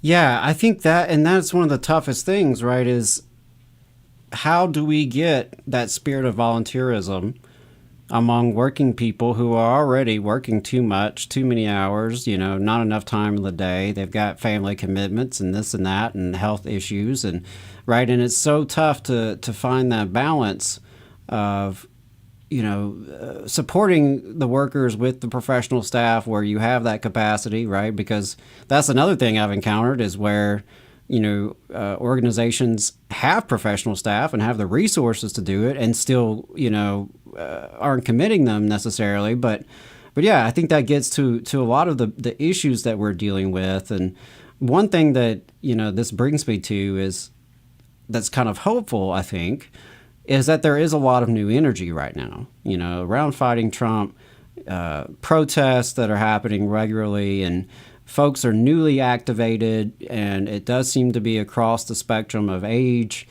from students to retirees. We're seeing a lot of retirees and older folks who are getting involved and, just looking for a protest, looking for something to do, right? They want something to do. People are fired up and they want something to do. And so something I've been thinking a lot about and wrestling with is what is our message for these new folks? And for those of us who've been, slogging away at this, trying to build a working class movement for years, how do we effectively tap into this new energy and these new volunteers? Yeah, I mean, isn't this the question of the day? Let's go back in time. History sometimes is our guide. If we go back 100 years, 125, 150 years ago, of course, a different time. But the way you joined, the way a worker related to the union, joined the union, stayed in the union, you went maybe to a union office or you went to an individual who was already in the union and you joined and you paid dues and you kept track of that as best you could. And it was frequently irregular. You'd pay a few months, you didn't pay, you pay a few months, you drift away, you'd come back. Many, many, many inefficiencies. But the union had a far wider contact with individuals out there that it could actually activate in emergency situations. Today, trying to join these unions is, in some cases, an impossible proposition.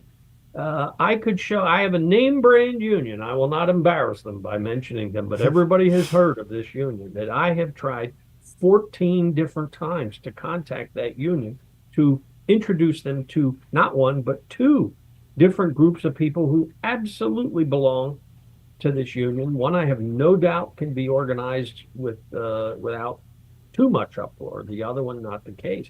But this union is literally impenetrable to an outside force. I figure myself as a long veteran, knowing all the angles, how you might do that. There's no way. I've tried the online forums. I've called.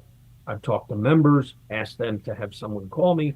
I've called union halls, offices. You get voicemails. You don't get a call. I mean, this is catastrophe. Now, that's a particularly bad example. But I think all of us have to begin to say to ourselves, I have to not just do what I can do to think about organizing a union. Where I'm in a situation, I have to join. We may have to pound on the door. We should remember the Congress of Industrial Organizations was in many ways the result of millions of workers pounding on the door of the American Federation of Labor, wanting to join, but being deflected, pushed back, told to wait, shunted into sort of intermediate, small little what they used to call federal locals, which weren't truly real. And at a certain point, it built up and it blew, and the Congress or the Committee for Industrial Organization was born, ultimately then became the Congress of Industrial Organization. Will we see something like that today? Well, I hope so, because these union leaderships and structures must be challenged in this regard. We've become really the business union culture that permeates far too much of the labor movement. It's all built around monitoring and taking care of the dwindling number of members that they have, ignoring for the most part the many millions, the gigantic masses outside the unions.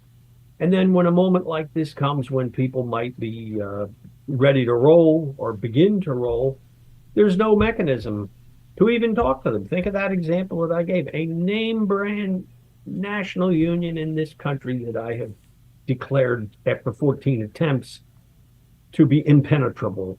So what chance would an ordinary worker who thought, gosh, that's the union I need to join, and there's no chance of it. So I think it's up to us to push on these leaderships, and it's going, I hope, to lead to a complete reconfiguration of the union priorities for the resources that they do possess.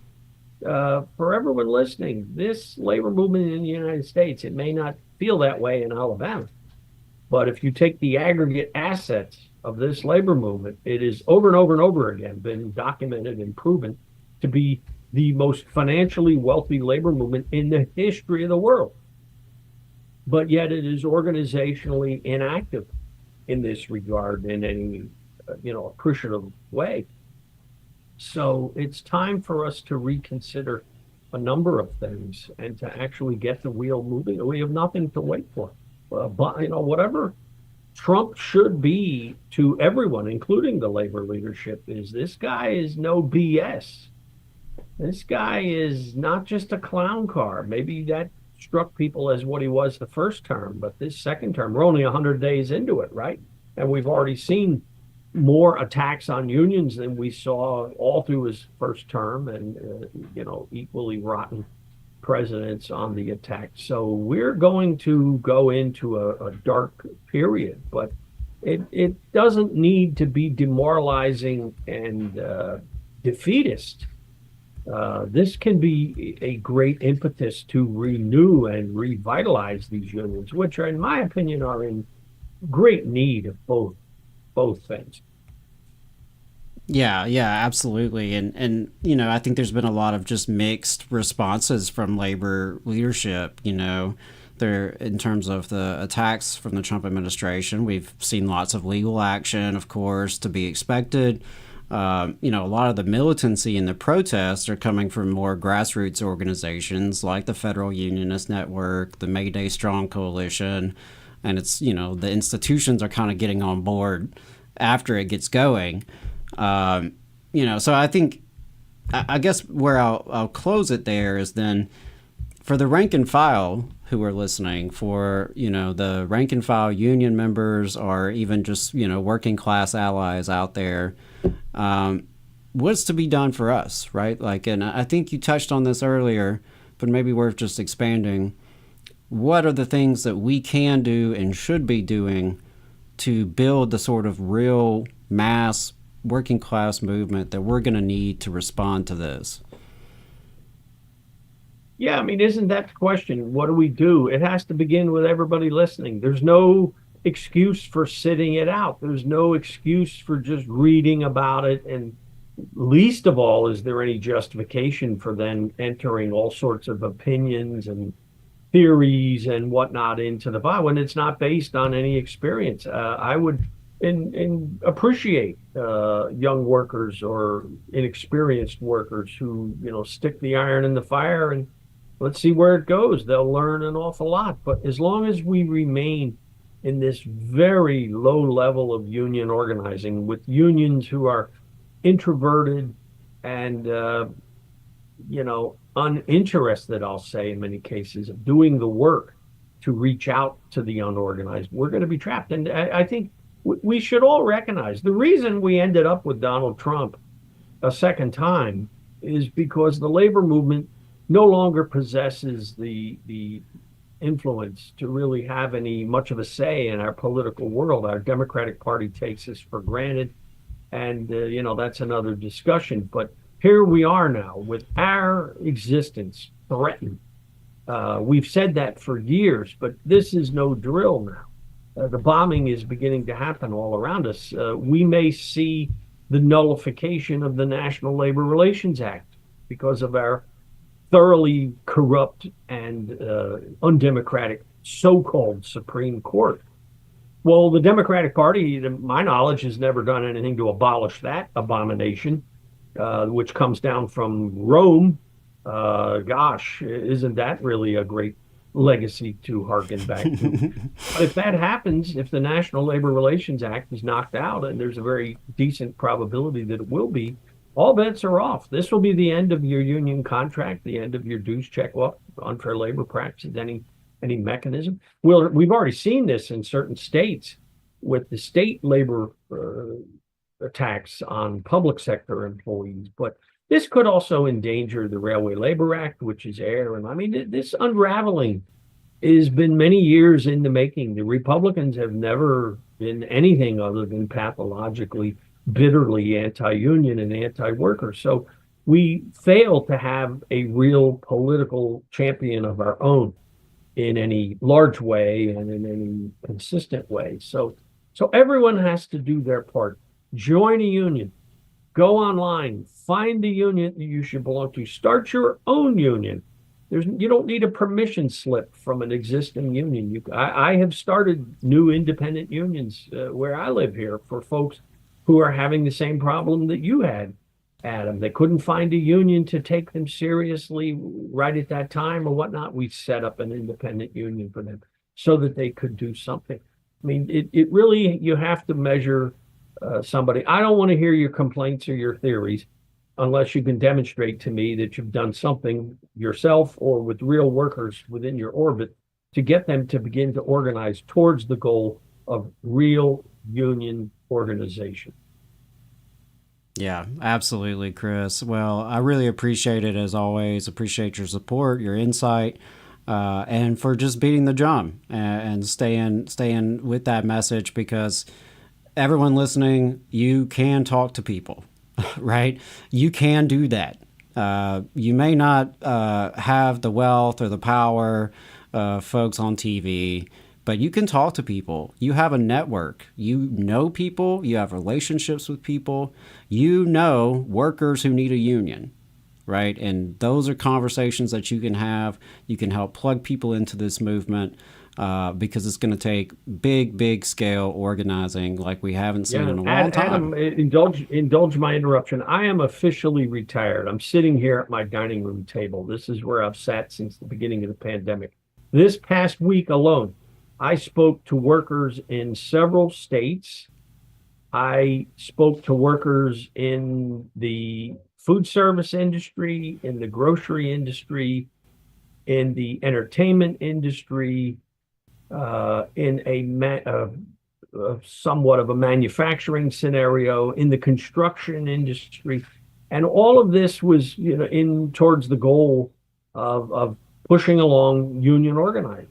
Now, I've been doing this for many years, and I probably have a head start on folks, but we need to start asking people, why don't I belong to a union? Why don't you belong to a union? So it begins with, who is it? Who are we going to talk to? Do they have a union hall? Do they have a website? Can we contact them? Can we call them? We must do this. The unions may brush you off or leave you hanging, whatnot. Go to another union. Start your own union. We have to begin to fight back and form these structures. There's no time to waste here. This is, again, like I said, no drill. I think we all sort of acknowledge this, but there has to be an activity connected with it to actually talk to workers. How are we going to form an organization and a bond and a unity to prevent this employer of ours from doing whatever the hell they want? And that day is here. Amen, brother. Amen. Well, I really appreciate it. Chris Townsend, thanks again for coming on the show. Welcome anytime, and hope you have a good day. Cool. Thanks much. Absolutely. All right, folks, we are going to be wrapping it up on the Valley Labor Report today. couple final reminders as we wrap things up. May is Labor History Month. So just wanted to point that out to folks. It is not very well known.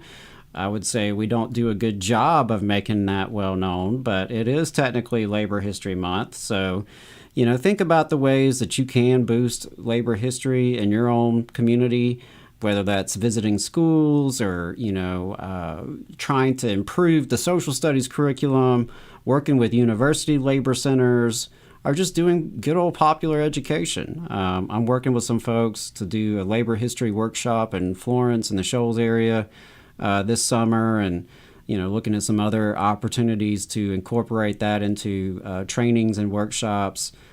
Alabama, we have a rich union history. 1 in 4 Alabamians used to belong to a labor union. At one time, Walker County, Alabama, was the most unionized county in the country. Rich legacy of interracial organizing with the coal miners, with UMWA. We had, tenant farmers organizing in the 30s, the unemployed, you name it. We have a really rich history, and we have to reclaim our heritage as working people, especially here in the South. May 3rd, 1911 was the very first constitutionally upheld workers' compensation law, which was passed in Wisconsin, right? So we have a long history of struggle. Many of our young people are not educated on these issues. They are not made aware of labor unions. They're not made aware of their rights in the workplace or how to exercise their rights or advocate for themselves.